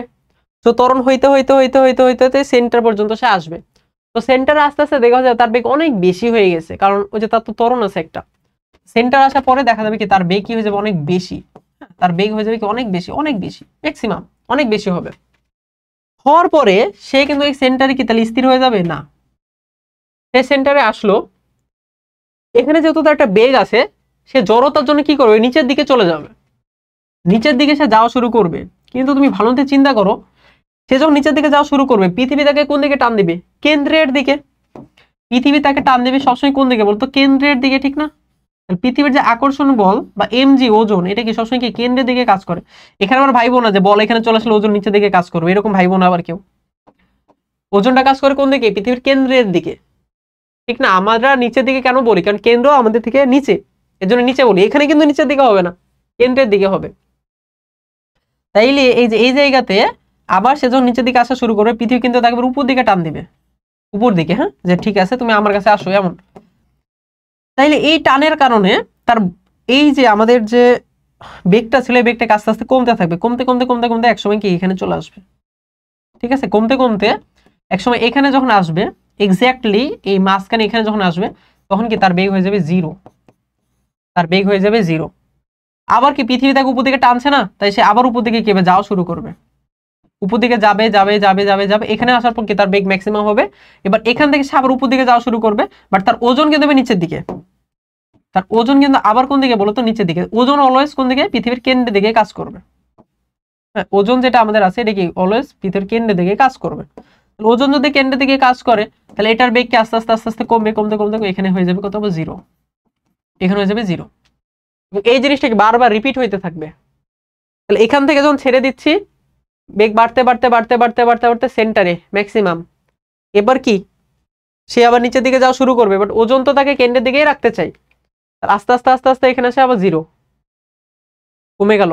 আবার কি বেগ বাড়বে ম্যাক্সিমাম, আবার উপরে যখন যাবে বেগ কি কমবে? জিরো। এই জিনিসটা কি চলতে থাকবে। তো এটি কি হবে? একটা সিম্পল হারমোনিক মোশন হবে, তাই না?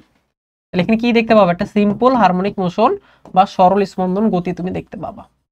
তাহলে পৃথিবীর মাঝখানে একটা সুড়ঙ্গ খনন করে যখন ওখানে যদি একটা বল ছেড়ে দাও, তাহলে তুমি সেখানে কি দেখতে পাবা? সিম্পল হারমোনিক মোশন দেখতে পাবা। আচ্ছা, পরেরটাই আমরা আসি, যে সরল দোলন গতির শর্ত কি? হ্যাঁ, যে সরল দোলন গতি বা সিম্পল হারমোনিক মোশন, এটা শর্ত কি? এটা একটা শর্ত আছে যেটা সব থেকে বেশি ইম্পর্টেন্ট, ঠিক আছে? সেটা হচ্ছে আমাদের স্মরণ হইতে হবে, স্মরণের যে মান হইতে হবে এটা হইতে হবে ত্বরণের সমানুপাতিক বা দিক হইতে হবে বিপরীত। এটাই হচ্ছে শর্ত, ঠিক আছে? আর অনুষঙ্গিক যা কিছু আছে সব এই শর্তের মধ্যে চলে আসে, যে গতিপথ সরলরৈখিক হইতে হবে, হাবি জাবি, এগুলো কি সবই এই শর্তের মধ্যে চলে আসবে। যদি শর্ত বলি, একমাত্র শর্ত এটাই, একমাত্র শর্ত এটাই যে স্মরণ হইতে হবে ত্বরণের, সরি হ্যাঁ, স্মরণ হবে ত্বরণের সমানুপাতিক বা দিক হবে কি উল্টা দিকে, ঠিক আছে? এটাই আমাদের অ্যান্সার। পরেরটা আসে, এটা সরল দোলকের বব পানি দ্বারা পূর্ণ করা হলো, এরপর দোলনত অবস্থায় ববে নিজে একটা ফুটা করে দেওয়া হয়েছে, পানিটা পড়তে শুরু করছে। এখন বলছে পানিটা যদি পড়তে শুরু করে পর্যায়কালে কোনো পরিবর্তন হবে কিনা। খুব ইম্পর্টেন্ট প্রশ্ন, খুবই ক্রিটিক্যাল একটা প্রশ্ন। হ্যাঁ, যে একটা সরল দোলক, সেটা বব দুলছে, ফুটা করে দিলাম, পানি নিচে দিকে পড়ে যাচ্ছে। এখন তাহলে হচ্ছে আমাদের এই যে পর্যায়কাল যেটা, সেটা কিন্তু পরিবর্তন হবে কিনা। এখন নর্মালি তুমি যদি পর্যায়কালের সূত্রটা যদি মাথায় রাখো, তাহলে এখান থেকে একটা অ্যান্সার করতে পারবা। তো সূত্রটা হচ্ছে কি, আমাদের টি ইকুয়াল টু হচ্ছে 2π√L/g, তাই না? আমাদের সরল দোলকের জন্য টি ইকুয়াল টু কত হয়? 2π√L/g। তাহলে আমরা একটু আরেকটু ব্যাখ্যা করি। তাহলে এখানে টি কি, এল কি, জি কি, এগুলো একটু ব্যাখ্যা করা দরকার, ঠিক না? ওকে, আমরা চিন্তা করি এটা হচ্ছে বব। এটা হচ্ছে কি বব, যেটা আমি ফুটা করে দিয়েছি আর কি। এটা কি পানি দ্বারা পূর্ণ। তাইলে এই যে ববের এখান থেকে এই পর্যন্ত এটাকে কি বলে, একটা সুতা, একটা সুতা দ্বারা কি আমরা এটাকে মানে বেঁধে দিছি। এটা হচ্ছে কি ববের ব্যাসার্ধ, এটা কি ববের ব্যাসার্ধ, ঠিক না? এতটুকু কি ববের ব্যাসার্ধ, এতটুকু কি সুতার দৈর্ঘ্য। তাহলে এই যে টোটাল এই সেন্টার থেকে এই পর্যন্ত যে টোটাল যে দূরত্বটুকু, এটাকে বলে কি কার্যকর দৈর্ঘ্য। এখন হোয়াই সেন্টার থেকে, এটা আমি পরে বলছি আর কি, যাই হোক, এটা হচ্ছে কি আমার এল, আর জি হচ্ছে অভিকর্ষ ত্বরণ। এখন তুমি বলো যে আমি যদি ববটাকে ফুটা করি, মানে এই ববটা যদি পানি দ্বারা পূর্ণ থাকে, এই পানি দ্বারা যদি পূর্ণ থাকে, এরকম যদি পানি দ্বারা যদি পূর্ণ থাকে, যদি ফুটা করে দিই, তার পানিটা কি পড়ে যাবে, পানিটা কি হবে, পড়ে যাবে। পানিটা যদি পড়ে যায়, পানিটা যদি পড়ে যায়, তাহলে পানি কি হবে, কমে যাবে। তাহলে এখানকার কি হয়ে গেল, ভর কমে গেল, ঠিক কিনা বলো? এখানে কি হচ্ছে, তাহলে ভর কমে যাচ্ছে, এখানে কি হচ্ছে, ভর, ভর কমে যাচ্ছে। এখন তুমি বলো এটা কি ভরের উপর নির্ভরশীল, এটা কি ভরের উপর নির্ভরশীল? না, ভরের প্রতি নির্ভরশীল না, এটা তো সুতার দৈর্ঘ্যের উপর নির্ভরশীল। সুতার দৈর্ঘ্য না, বেসিক্যালি এই দূরত্বটুকুর উপর নির্ভরশীল আর জি এর উপর নির্ভরশীল। পানি যদি পড়ে যায়, ভর তো আর কমছে না, সরি ভর কমছে, এল এর মান তো চেঞ্জ হচ্ছে না, ঠিক না? তাহলে তো এটা তো কোনো পরিবর্তন হবে না, ঠিক তো? বাট ব্যাপারটা আসলে এমন না, ঠিক আছে? এন এর মান, টি এর মান পরিবর্তন হবে, হ্যাঁ, কারণ এই ভরের সাথে এই এল এর একটা সম্পর্ক আছে। এখন এই যে যেটা বললাম যে এটা কেন আমি সেন্টার থেকেই নিই জানো, কারণ এটা হচ্ছে তার ভার কেন্দ্র, বুঝছো? এটা কি ভার কেন্দ্র, অর্থাৎ আমাদের যে ববের যে ব্যাসার্ধটুকু আমি চিন্তা করছি, এটা হচ্ছে তার ভার কেন্দ্র। ভার কেন্দ্র মানে যেখানে সমস্ত ভর ক্রিয়া করে। তাহলে এটা যখন পানি পূর্ণ অবস্থায় আছে, ভার কেন্দ্র কোথায় থাকবে, একদম মিডিলে থাকবে। বাট যখনই পানি কমতে শুরু করবে, ভার কেন্দ্র আস্তে আস্তে নিচের দিকে আসতে শুরু করবে, বুঝছো? তাহলে লেটস সে মনে করো আমাদের এই জায়গাতে ভার কেন্দ্র একদম মিডিলে, মানে এদিকে টোটাল কি পানি দ্বারা পূর্ণ হয়ে আছে, বাট এখানে ভার কেন্দ্রটি নিচের দিকে চলে আসবে, এখান থেকে দেখা যাচ্ছে এখানে কি শিফট করবে ভার কেন্দ্র। হ্যাঁ, আমি যদি এটাকে যদি একটু একদম আরো সুন্দরভাবে যদি আঁকাই, তাহলে আরো ভালো বুঝতে পারবো আর কি। হ্যাঁ, লেটস সে এইটা হচ্ছে কি আমাদের পানির ওই যে এই ববটা, হ্যাঁ, এটা পানি দ্বারা পূর্ণ হয়ে আছে একদম, এটা কি পানি দ্বারাই পূর্ণ হয়ে আছে। তাহলে এটা যদি সুষম হয়, হ্যাঁ, তাহলে তো ভার কেন্দ্র একদম মিডিলেই থাকবে, ভার কেন্দ্র একদম মিডিলেই থাকবে। বাট আমি সেম জিনিসটা যদি আঁকাই যেখানে কি পানি দ্বারা পূর্ণ না, এখানে শুধুমাত্র নিচের দিকে পানি আছে, এই নিচের দিকে পানি আছে, এটার ভর যেটা, এটার ভর যেটা, এটা কি ভার কেন্দ্র মিডিল থেকে কি একটু নিচের দিকে চলে আসছে না? এটা ভর যে ভর কেন্দ্র বা সেন্টারটা আর কি, হ্যাঁ, যেখানে সমস্ত ভর ক্রিয়া করছে, তাই এটা কি একটু নিচের দিকে চলে আসবে। হ্যাঁ, লেটসে মনে করো আমি ভার কেন্দ্র কি হয়, আরেকটা জিনিস দেখো, ক্যালকুলেটর যদি মিডিলে হাত দিই, ক্যালকুলেটর কি ব্যালেন্স হয়ে যাচ্ছে না? কারণ কি তার ভার কেন্দ্রটা মিডিলে কাজ করে এবং এটা কি সুষম। বাট আমি যদি এখানে একটা পেন রাখি, এটা কি ব্যালেন্স করতে পারবো? আর এটা কি পড়ে যাবে না? পড়ে যাবে, এমনিতে ভার কেন্দ্র পর্যন্ত হাত রাখতে পারে না বলে এটা নরমাল করছে, ঠিক আছে? তাই দেখ এখানে যদি একটা পেন রাখি, এটা কিন্তু পড়ে যাবে, কারণ কি এখন ভার কেন্দ্র তখন এদিকে সরে আসবে ভরের দিকে, এখানে ভরটা বেশি হয়ে গেল, ভার কেন্দ্র যেদিকে ভর বেশি সেদিকে সরে যায়, বুঝছো ব্যাপারটা? তখন সেক্ষেত্রে কি করতে হবে, আমাকে হাতটা একটু এই দিকে রাখতে হবে। এই যে দেখো হাতটা যদি এই দিকে রাখি, আর আমি যদি এখানে একটা ভর অ্যাড করি, যেমন আঙ্গুল দিয়ে ভর অ্যাড করছি, এবার কিন্তু আবার কি আছে, স্থির আছে। বাট এবার যদি আমি এই হাতটা সরাই দিই, আমার হাত সরাই দিই, এটাকে পড়ে যাবে, কারণ কি এখানে ভর কিন্তু বেশি হয়ে গেছে না।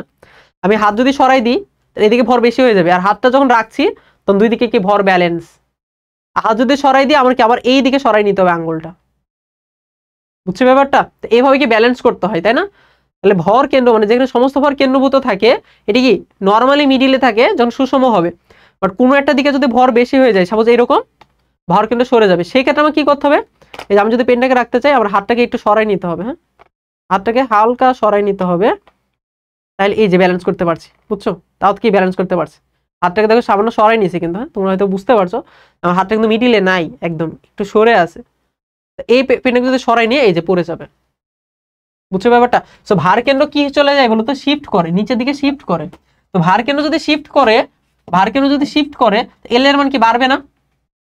এল এর মান কি বাড়বে না? এই যে ভার কেন্দ্র এখানে ছিল তখন এল এর মান এতটুকু, ভার কেন্দ্র যদি এখানে চলে আসে, এল এর মান কি একটু বৃদ্ধি পাইলো। আরো যদি পানি আরো কমে যায়, তাহলে ভার কেন্দ্র আরো নিচের দিকে চলে আসবে, এল এর মান আরো বৃদ্ধি পাবে।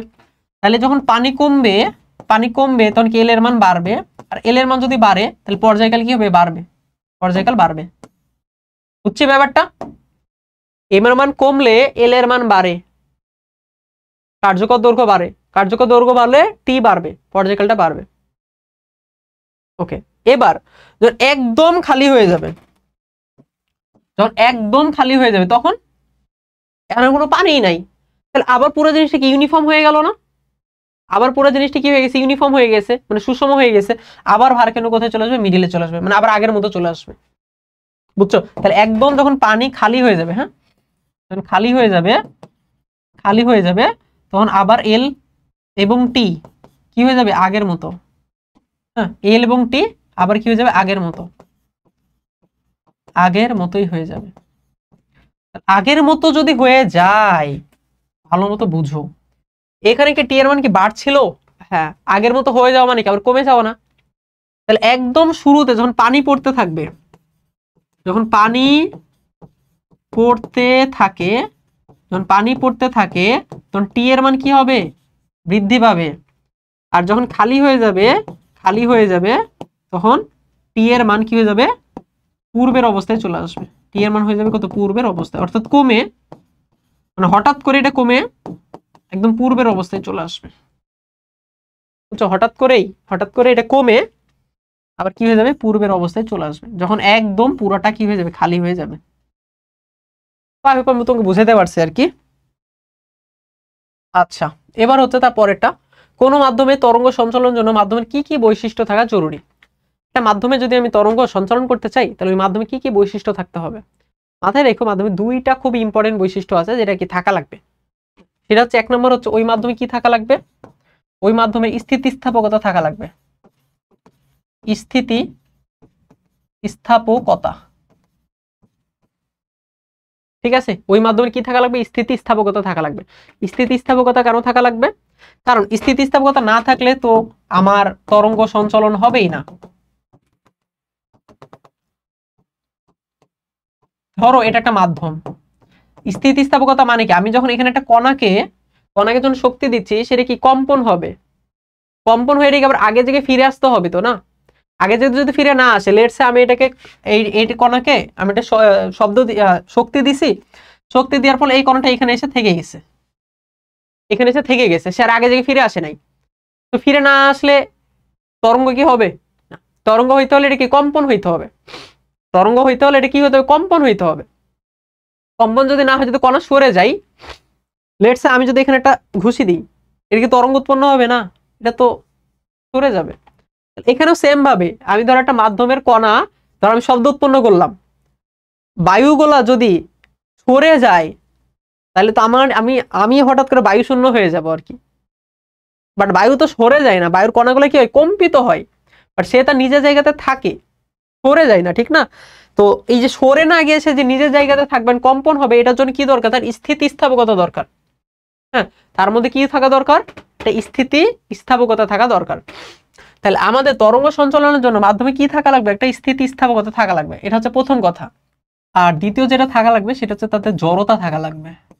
জড়তা বা ভর তুমি বলতে পারো আর কি, ভর না বলে এক্স্যাক্টলি জড়তা বললে বেশি ভালো আর কি। হ্যাঁ, জড়তা ব্যাপারটা তো বুঝি, তাই না, যে যে নিউটনের দ্বিতীয় সূত্র থেকে, যে না প্রথম সূত্র, তাই না, যে আমাদের স্থির বস্তু স্থির থাকতে চাই, গতিশীল বস্তু গতিশীল থাকতে চাই।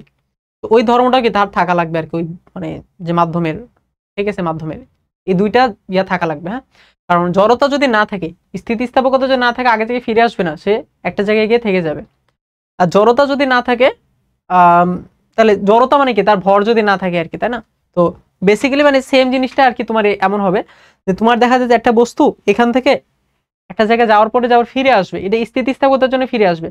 বাট এই যে বস্তুটা যে যাবে, হ্যাঁ, বস্তুটাকে একটা শক্তি প্রয়োগ করলাম, বস্তুটা যে যাবে, এই যে যাওয়ার এই যে ব্যাপারগুলো, এগুলোকে জড়তার জন্য আবার প্রযোজ্য হবে আর কি। মানে তার যদি জড়তা না থাকে, জড়তা দেখা যাচ্ছে যদি না থাকে, তাহলে সে দেখা যাচ্ছে যে যাইতেই চাবে না, অথবা সে দেখা যাচ্ছে অনেক বেশি চলে গেছে। হ্যাঁ, মানে একটা ইয়া থাকবে আর কি। এবং জড়তা এবং স্থিতিস্থাপকতা এটার উপর নির্ভর করে কিন্তু আবার ওই যে আমাদের মাধ্যমে যে বেগ, এগুলো কিন্তু চেঞ্জ হয়, ঠিক না। এগুলো একটু মাথায় রেখে এই দুইটা জিনিস কি থাকা জরুরি আর কি। আচ্ছা, এরপর হচ্ছে শব্দ এবং আলো তরঙ্গের মধ্যে পার্থক্য কি। তাহলে শব্দ হচ্ছে আমাদের এক প্রকার মানে যান্ত্রিক তরঙ্গ, এটা চলাচলের জন্য কি দরকার, মাধ্যমের প্রয়োজন। তাহলে এই পয়েন্টগুলো লিখে ফেলো, শব্দ কি, যান্ত্রিক তরঙ্গ। তাহলে যান্ত্রিক তরঙ্গ, তাহলে যান্ত্রিক তরঙ্গ যদি হয়, চলাচলের জন্য কি দরকার, মাধ্যম প্রয়োজন। চলাচলের কি জন্য কি প্রয়োজন, মাধ্যম প্রয়োজন। আর তৃতীয় কথা হচ্ছে এটা কি এক প্রকার অনুদৈর্ঘ্য তরঙ্গ। শব্দ তরঙ্গ কি তরঙ্গ? এক প্রকার অনুদৈর্ঘ্য তরঙ্গ। অনুদৈর্ঘ্য তরঙ্গ। হ্যাঁ, এই তিনটা পয়েন্ট হচ্ছে কি আমাদের শব্দ তরঙ্গের জন্য। সেম ভাবে বেসিক্যালি তিনটা পয়েন্ট আমরা কিসের জন্য লিখবো? তিনটা পয়েন্ট আমরা লিখবো হচ্ছে আলো তরঙ্গের জন্য। আলো তরঙ্গের জন্য এটাকে আমাদের তড়িৎ চুম্বকীয় তরঙ্গ। তড়িৎ চুম্বকীয় তরঙ্গ, এটা হচ্ছে প্রথম কথা। হ্যাঁ, এটা কি তরঙ্গ? একটা তড়িৎ চুম্বকীয় তরঙ্গ। আচ্ছা, 2 নাম্বার কথা হচ্ছে এটা কি চলাচলের জন্য কি দরকার নাই? মাধ্যমের প্রয়োজন নাই। এটা চলাচলের জন্য মাধ্যমের প্রয়োজন নেই। মাধ্যমের প্রয়োজন নেই। আর 3 নাম্বার যেটা, সেটা হচ্ছে এটা কি একটা অনুপ্রস্থ তরঙ্গ।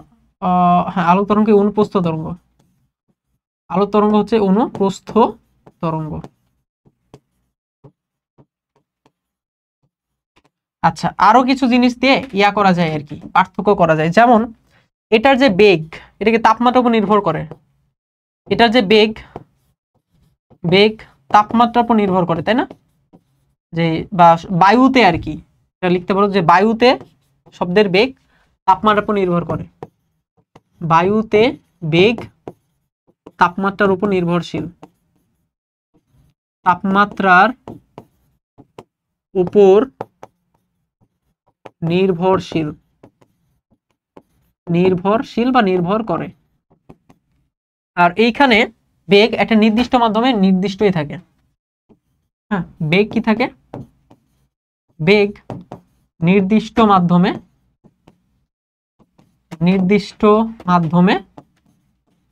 নির্দিষ্টই থাকে। এটা কি কখনো চেঞ্জ হয় না।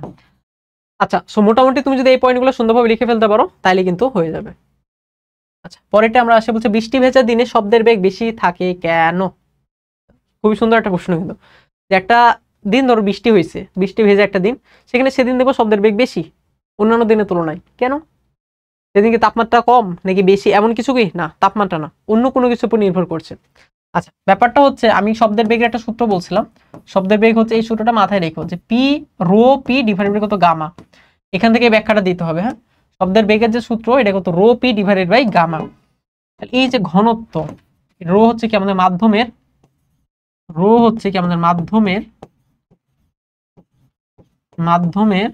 ঘনত্ব। তাহলে মাধ্যমের যে ঘনত্ব মানে কি? ভর ভাগ আয়তন। এটা কি ঘনত্ব? এখন শুধুমাত্র বায়ু কি দ্বারা তৈরি? Nitrogen plus oxygen. নাইট্রোজেন কি N2 হয়? হ্যাঁ, নাইট্রোজেন প্লাস অক্সিজেন। নাইট্রোজেন তো অনেক ফর্মে থাকে আর কি। এটার অ্যাভারেজ ভর যেটা, এটা অ্যাভারেজে আণবিক ভর হচ্ছে 29 গ্রাম পার মোল। 29 গ্রাম পার মোল। নাইট্রোজেনের কত? 28, অক্সিজেনের কত? 32। তো তুমি বলতে পারো 28 আর 32 তো 30 হবে। 29 কেন? কারণ নাইট্রোজেন আছে 70%, অক্সিজেন আছে 30%-এর মতো, মানে একটু কম বেশি আর কি। এভারেজ হচ্ছে কত এটার? 29 গ্রাম পার মোল। এটা কি শুধুমাত্র বায়ু। আর যদি বৃষ্টি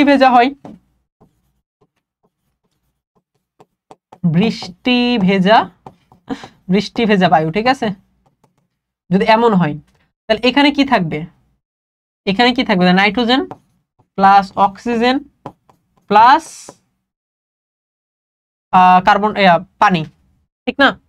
বৃষ্টি ভেজা যদি বায়ু হয়, নাইট্রোজেন থাকবে প্লাস অক্সিজেন থাকবে প্লাস এখানে কি থাকবে? পানি থাকবে।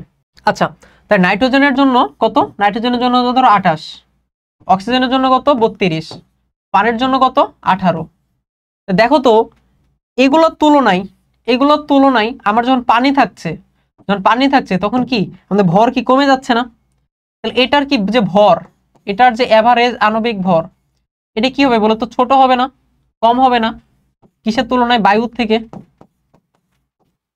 থেকে। বুঝছো? এই যে আর্দ্র বায়ু, হ্যাঁ, আর্দ্র বায়ুর যে আণবিক ভর, এটা কিন্তু কি ছোট হবে। কারণ এখানে দেখো আমাদের আগে ছিল 28 আর 32 মিলে কিছু একটা হয়েছিল। 28 32 আবার প্লাস 18 তো অনেক কম। আলটিমেটলি বৃষ্টি ভেজা যে বায়ু, তার কিন্তু ভর এটা কিন্তু কম, আণবিক ভরটা কিন্তু কম। তো এখানে বেসিক্যালি ভর কম হলে ঘনত্ব কি হবে? কম হবে। হ্যাঁ, তুমি যদি 1 মোলের জন্য হিসাব করো, হ্যাঁ তুমি যদি 1 মোলের জন্য হিসাব করো, তাহলে 1 মোলের জন্য তুমি যদি হিসাব করো, তাহলে তুমি বুঝবা যে আর্দ্র বায়ু বা বৃষ্টি ভেজা বায়ু যেটা, তার ভরের মান কি? কম, আণবিক ভর কম। তো ভর কম হলে কি ঘনত্ব কি হবে? কম হবে। ঘনত্ব কম হবে, ঘনত্বের সাথে তো এটা ব্যস্তানুপাতিক, তাহলে ঘনত্ব যদি কম হয় তাহলে বেগ কি হবে? বেশি হবে। বুঝছি? সুন্দর না জিনিসটা? তাহলে দেখো আমাদের একটা শুষ্ক বায়ু থেকে আর্দ্র বায়ুর ভর কম 1 মোলের জন্য যদি হিসাব করো, বুঝছো? তাহলে আমাদের যদি শুষ্ক বায়ু হয়, এটা হচ্ছে কি শুষ্ক বায়ু, তাহলে শুষ্ক বায়ু হচ্ছে এভারেজ 29, আর আর্দ্র বায়ু কত এটা তো তুমি বলতে পারবা না, কারণ এখানে কতটুকু আর্দ্র এটা একটা হিসাব থাকবে। আর্দ্র বায়ু যাই হোক না কেন, যদি তুমি এখানে ওয়াটার যোগ করো আলটিমেটলি কমে তো যাচ্ছে। সো এখানে আর্দ্র বায়ুর যে ভর, আণবিক ভর, সেটা কি কম শুষ্ক বায়ুর থেকে। আর আর্দ্র বায়ুর যদি আণবিক ভর কম হয়, ঘনত্ব কম হবে, ঘনত্ব কম হলে আবার বেগ বেশি হবে। এই জিনিসগুলো কি সুন্দরভাবে লিখতে হবে। হ্যাঁ, ঠিক আছে। পরে এটি উচ্চ থেকে উৎপন্ন হওয়া শব্দ বায়ু থেকে পানির মাধ্যমে প্রবেশ করলে তরঙ্গদৈর্ঘ্য কেমন পরিবর্তন হবে? এটা সিম্পল, যে একটা শব্দ এখান থেকে, লেটস সে আমাদের এখান থেকে উৎস, ওই উৎস থেকে কি একটা শব্দ আসছে, এটা একটা শব্দ, সে বায়ু থেকে লেটস সে পানিতে প্রবেশ করছে, এটা হচ্ছে কি মানে পানি, এটা হচ্ছে পানি, আর এটা হচ্ছে কি বায়ু। তাহলে শব্দটা বায়ু থেকে পানিতে প্রবেশ করলো, তাই শব্দ এটা ধরো তরঙ্গ, এটা হচ্ছে শব্দ তরঙ্গ। হ্যাঁ, তাহলে শব্দ থেকে পানিতে, বায়ু থেকে পানিতে প্রবেশ করলো, তাহলে কি হবে? বায়ুতে বেগের মান কম, পানিতে বেগের মান বেশি, উৎস সেম, এর মানে এফ এর মান সেম, এফ এর মান সেম, তাইলে V is equal to F lambda. তাহলে ভি এর সাথে ল্যামডা হবে সমানুপাতিক, ভি এর সাথে ল্যামডা হবে সমানুপাতিক। এর মানে কি? এর মানে যেখানে ভি কম সেখানে ল্যামডার মান কম, যেখানে ভি বেশি ল্যামডার মান বেশি। তাহলে বায়ু থেকে যখন পানিতে যাবে, তখন দেখা যাবে এখানে কি তরঙ্গ দৈর্ঘ্য কম, যখনই সে পানিতে যাবে তরঙ্গ দৈর্ঘ্য হয়ে যাবে বেশি। এখানে তরঙ্গ দৈর্ঘ্য কম, এখানে তরঙ্গ দৈর্ঘ্য হয়ে যাবে কি? বেশি। বুঝছিস? এই জিনিসটা লিখতে হবে। আচ্ছা, পরেরটা, শব্দের বেগ মাধ্যমের তাপমাত্রার উপর নির্ভর করে কেন? ব্যাখ্যা করো। শব্দের বেগ তাপমাত্রার উপর নির্ভর করে, আমরা জানি করে, কিভাবে করে সেটাও জানি, বাট কেন? এটা প্রশ্ন উত্তর দিতে হবে। আচ্ছা, তো আমরা বেসিক্যালি এটা আণবিক মানে গ্যাসের গতিশক্তি থেকে হিসাব করব, মানে করব আর কি। ঠিক আছে, গ্যাসের গতিশক্তি দিয়ে আমরা এটার ব্যাখ্যা করব। এটা হচ্ছে আমাদের একটা গ্যাসীয় মাধ্যমে, একটা গ্যাসীয় মাধ্যম, এখানে একটা শব্দ উৎপন্ন করলাম। তাহলে এই শব্দটা বা এই কণাটা সে শক্তি পাওয়ার পরে সে তার পাশেরটাকে আন্দোলিত করবে, সে তার পাশেরটাকে করবে, এইভাবে কি সব শক্তিটা এক স্থান থেকে অন্য স্থানে চলে যাবে। এই যে আন্দোলিত করছে, তাদের যদি বেগের মান মানে শব্দের বেগ বেশি, মানে তরঙ্গের বেগ বেশি, বা শব্দ তো একটা তরঙ্গের বেগ বেশি, এর মানে কি? তারা বেশি স্পিডে আন্দোলিত করছে, একটা কণা আরেকটা কণাকে মানে দ্রুত গতিতে আন্দোলিত করছে, এজন্য শক্তিটা দ্রুত ট্রান্সফার হচ্ছে। শক্তি দ্রুত ট্রান্সফার হওয়া নাকি তরঙ্গ বেশি দ্রুত ট্রান্সফার হওয়া, তরঙ্গটাই কি আমাদের এখানে শব্দ, তাহলে শব্দটা বেশি দ্রুত ট্রান্সফার হচ্ছে। এর মানে আমি বুঝছি যে দেখো আমাদের যদি তাপমাত্রা বাড়ানো হয়, তাহলে গ্যাসের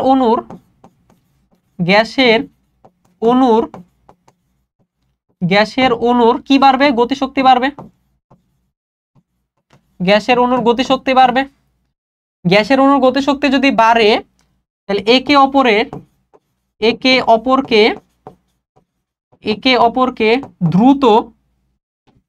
অপরকে দ্রুত কি করবে?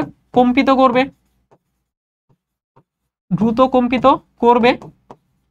একে অপরকে দ্রুত কম্পিত করবে, ফলে দ্রুত শক্তি সঞ্চালন হবে, সঞ্চালন হবে। এখন দ্রুত যখন শক্তি সঞ্চালন হবে, অতএব তরঙ্গের বেগ বৃদ্ধি পাবে, তরঙ্গের বেগ বা শব্দের বেগ বৃদ্ধি পাবে। বুঝছি? দ্রুত শক্তিটা সঞ্চালিত হওয়া মানে কি? এই যে তরঙ্গ বা শব্দটা যেটা আছে তার বেগ কি পাবো? বৃদ্ধি পাবা। বুঝছি, সুন্দর জিনিস লিখে ফেলবা। ওকে, পরেরটা, সকল প্রতিফলিত শব্দের প্রতিধ্বনি নয়। ব্যাখ্যা করো। একটা শব্দ যখন তোমার কানে ফিরে আসবে তখন এটা কি তোমার প্রতিধ্বনি নাও হইতে পারে। কেন? শব্দ যাওয়া এবং ফিরে আসা, শব্দ যাওয়া এবং ফিরে আসা, এই দুইটার মাঝখানে প্রথম কথা তো হচ্ছে আমাদের টাইম গ্যাপ থাকা লাগে 0.1 সেকেন্ড। 0.1 সেকেন্ড যদি টাইম গ্যাপ থাকে তাহলে সেই শব্দকে আমরা শুনতে পাবো। যদি এই টাইম গ্যাপটা না থাকে তাহলে সেই শব্দকে আমরা শুনতে পাবো না। এই জন্য একটা প্রতিফলিত শব্দ আমরা কি প্রতিধ্বনি হিসেবে শুনতে পাবো না। এটা হচ্ছে প্রথম কথা। দ্বিতীয় কথা হচ্ছে প্রতিফলিত যে শব্দটা, এই যে শব্দ মানে প্রতিফলকটা, হ্যাঁ, এখানে বেসিক্যালি যে প্রতিফলকটা থাকবে, এই প্রতিফলকটা যদি সুন্দর না হয়, মসৃণ না হয়, আমাদের যে প্রতিফলিত শব্দ এটা কি হয়, বিকৃত হয়ে যায়, নষ্ট হয়ে যায়, শক্তি হারায়। বুঝছো? তাহলে সেক্ষেত্রে আমার প্রতিধ্বনি মানে কি আমি একই শব্দ শুনতে পাচ্ছি, দেখা যাবে যে ওই শব্দটি কি হয়ে গেছে, একটু বিকৃত হয়ে গেছে বা নষ্ট হয়ে গেছে বা শক্তি হারাই গেছে, তখন সেটাকে আমি আর প্রতিধ্বনি হিসেবে মানে কনসিডার করব না। বুঝছো? যদি আমাদের কি হয়, প্রতিফলকটা যদি অমসৃণ হয় বা প্রতিফলকটা যদি অমসৃণই বলে আর কি, অমসৃণ হয় বা দেখা যায় প্রতিফলকটা যদি শক্তিকে শোষণ করে, তাহলে দেখা যাবে যে মূল শব্দ এবং প্রতিধ্বনি বা প্রতিফলিত শব্দ একই রকম থাকে না। হ্যাঁ, মূল শব্দ এবং প্রতিফলিত যে শব্দ এটা একই রকম থাকে না। সেক্ষেত্রে এই প্রতিফলিত শব্দকে কি আমরা প্রতিধ্বনি বলি না। ঠিক আছে, এরকম কি তুমি লিখতে পারো আর কি।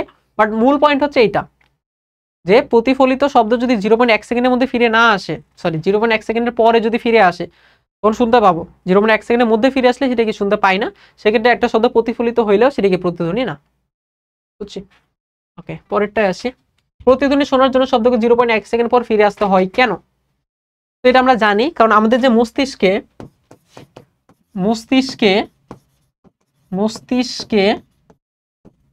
বানান ভুল হয়েছে না, মস্তিষ্কে, এখানে দন্তাস হবে আর এখানেই মূর্ধন্য হবে। মস্তিষ্কে শব্দের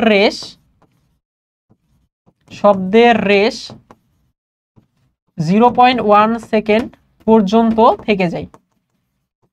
0.1 সেকেন্ড পর্যন্ত থেকে যায়, এটাকে বলা হয় শব্দানুভূতির স্থায়িত্বকাল, তাই না? একে কি বলা হয়, শব্দানুভূতির স্থায়িত্বকাল। এজন্য এই সময়ে একই শব্দ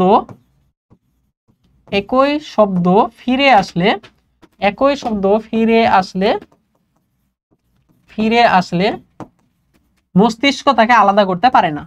কারণ কি, মস্তিষ্ক অলরেডি ওই শব্দটাকে থেকে গেছে, মস্তিষ্ক তাকে আলাদা করতে পারে না, আলাদা করতে পারে না। এজন্যই আর কি আমাদের প্রতিধ্বনি শুনতে হলে 0.1 সেকেন্ড পর ফিরে আসতে হবে।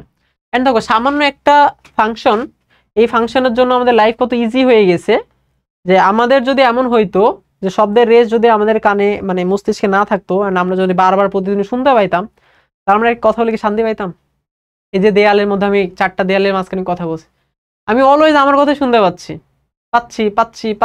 এটা শেষ হইতো না কখনো। তাহলে এই জিনিসটাকে আমরা ভালো লাগতো না, তাই না? তো লাইফ অনেক ইজি হয়ে গেছে এটার জন্য। So thanks to God. Okay, পরেরটা, প্রতিধ্বনি শোনার জন্য উৎস এবং প্রতিফলকের মধ্যে একটা ন্যূনতম দূরত্ব থাকা প্রয়োজন কেন? তো যদি ন্যূনতম দূরত্ব থেকেও আসে, কেন ন্যূনতম দূরত্ব থাকা প্রয়োজন কেন? তাও তুমি লিখবা যে ন্যূনতম দূরত্ব থাকা প্রয়োজন কারণ শব্দকে 0.1 সেকেন্ড পর ফিরে আসতে হবে। 1 সেকেন্ড পর ফিরে আসতে হবে। এখন প্রশ্ন হচ্ছে 0.1 সেকেন্ড পর যে ফিরে আসতে হবে, 0.1 সেকেন্ড পর ফিরে আসতে হবে কেন? কারণ আবার আগেরটাই ব্যাক যাব। কারণ কি আবার আগেরটাই ব্যাক যাব? কারণ মস্তিষ্কে এটার যে শব্দের যে রেশ, সেটা কত 0.1 সেকেন্ড পর্যন্ত থেকে যায়। তো ওই শব্দের মধ্যে ফিরে আসলে শব্দ আলাদা করতে পারে না, এই জন্য কি 0.1 সেকেন্ড পর ফিরে আসতে হবে। আর 0.1 সেকেন্ড পর ফিরে আসার জন্য আমাদেরকে একটা ন্যূনতম দূরত্ব কি থাকা লাগবে। আচ্ছা, লাস্ট প্রশ্ন আমাদের, সেটা হচ্ছে সুরযুক্ত শব্দের বৈশিষ্ট্য কি কি? সুরযুক্ত শব্দের 3টা বৈশিষ্ট্য আছে। হ্যাঁ, একটা হচ্ছে শব্দের তীব্রতা, বা সুরযুক্ত না, মানে যে কোনো শব্দেরই আর কি, শব্দের তীব্রতা, ঠিক আছে, এই তীব্রতাকে এটাকে আমরা বলি হচ্ছে প্রাবল্য বলি আর কি। হ্যাঁ, তীব্রতা বা প্রাবল্য, তীব্রতা বা প্রাবল্য। একটাকে বলে তীক্ষ্ণতা, ঠিক আছে, এগুলোর ইংরেজি নামগুলো সুন্দর। তীক্ষ্ণতা, তীক্ষ্ণতা। আর একটাকে বলে টিম্বার। আর টিম্বার এটা হচ্ছে তো ইংরেজি, এটার বাংলাটা ভুলে গেছি, বাংলাটা টিম্বারই বলে সম্ভবত বাংলাতেও। হ্যাঁ, তো তীব্রতা, তীক্ষ্ণতা আর টিম্বার। তো তীব্রতা মানে কি? তীব্রতা মানে লাউডনেস, ঠিক আছে, তীব্রতা মানে হচ্ছে কি লাউডনেস। হ্যাঁ, তীক্ষ্ণতা মানে কি? তীক্ষ্ণতা মানে হচ্ছে এই যে একটা মানে শব্দ, কারো শব্দ মোটা, কারো শব্দ দেখবে চিকন, এই জিনিসটা হচ্ছে তীব্রতা, ঠিক আছে। তো লাউডনেস মানে কি? আমি কত জোরে কথা বলছি বা কত আস্তে কথা বলছি, এটা হচ্ছে লাউডনেস, ঠিক না? আমি যদি অনেক জোরে জোরে কথা বলি, লাউডনেস অনেক বেশি। আমি যদি আস্তে আস্তে কথা বলি, লাউডনেস অনেক কম। আবার আমার কণ্ঠ কিন্তু একরকম, তাই না? আবার দেখবা আরেকজন আছে যার কণ্ঠ একটু চিকন, আমার কণ্ঠ একটু কাইন্ড অফ চিকনই, কারো কণ্ঠ একটু মোটা, মোটা কণ্ঠ, তাই না? মোটা বা চিকন এটা হচ্ছে তীক্ষ্ণতা, ঠিক আছে। সো তীক্ষ্ণতা মানে কি? মোটা, মোটা বা চিকন, এটা হচ্ছে কি আমাদের হচ্ছে তীক্ষ্ণতা। আর টিম্বার মানে হচ্ছে ধরো একই রকমই শব্দটা, মানে একজনই শব্দ উৎপন্ন করছে, তাহলে একই রকমই মোটা, আবার মনে করো একই ভয়েসেই কথা বলছি, ঠিক আছে, সো একই রকমই তীব্রতা আছে।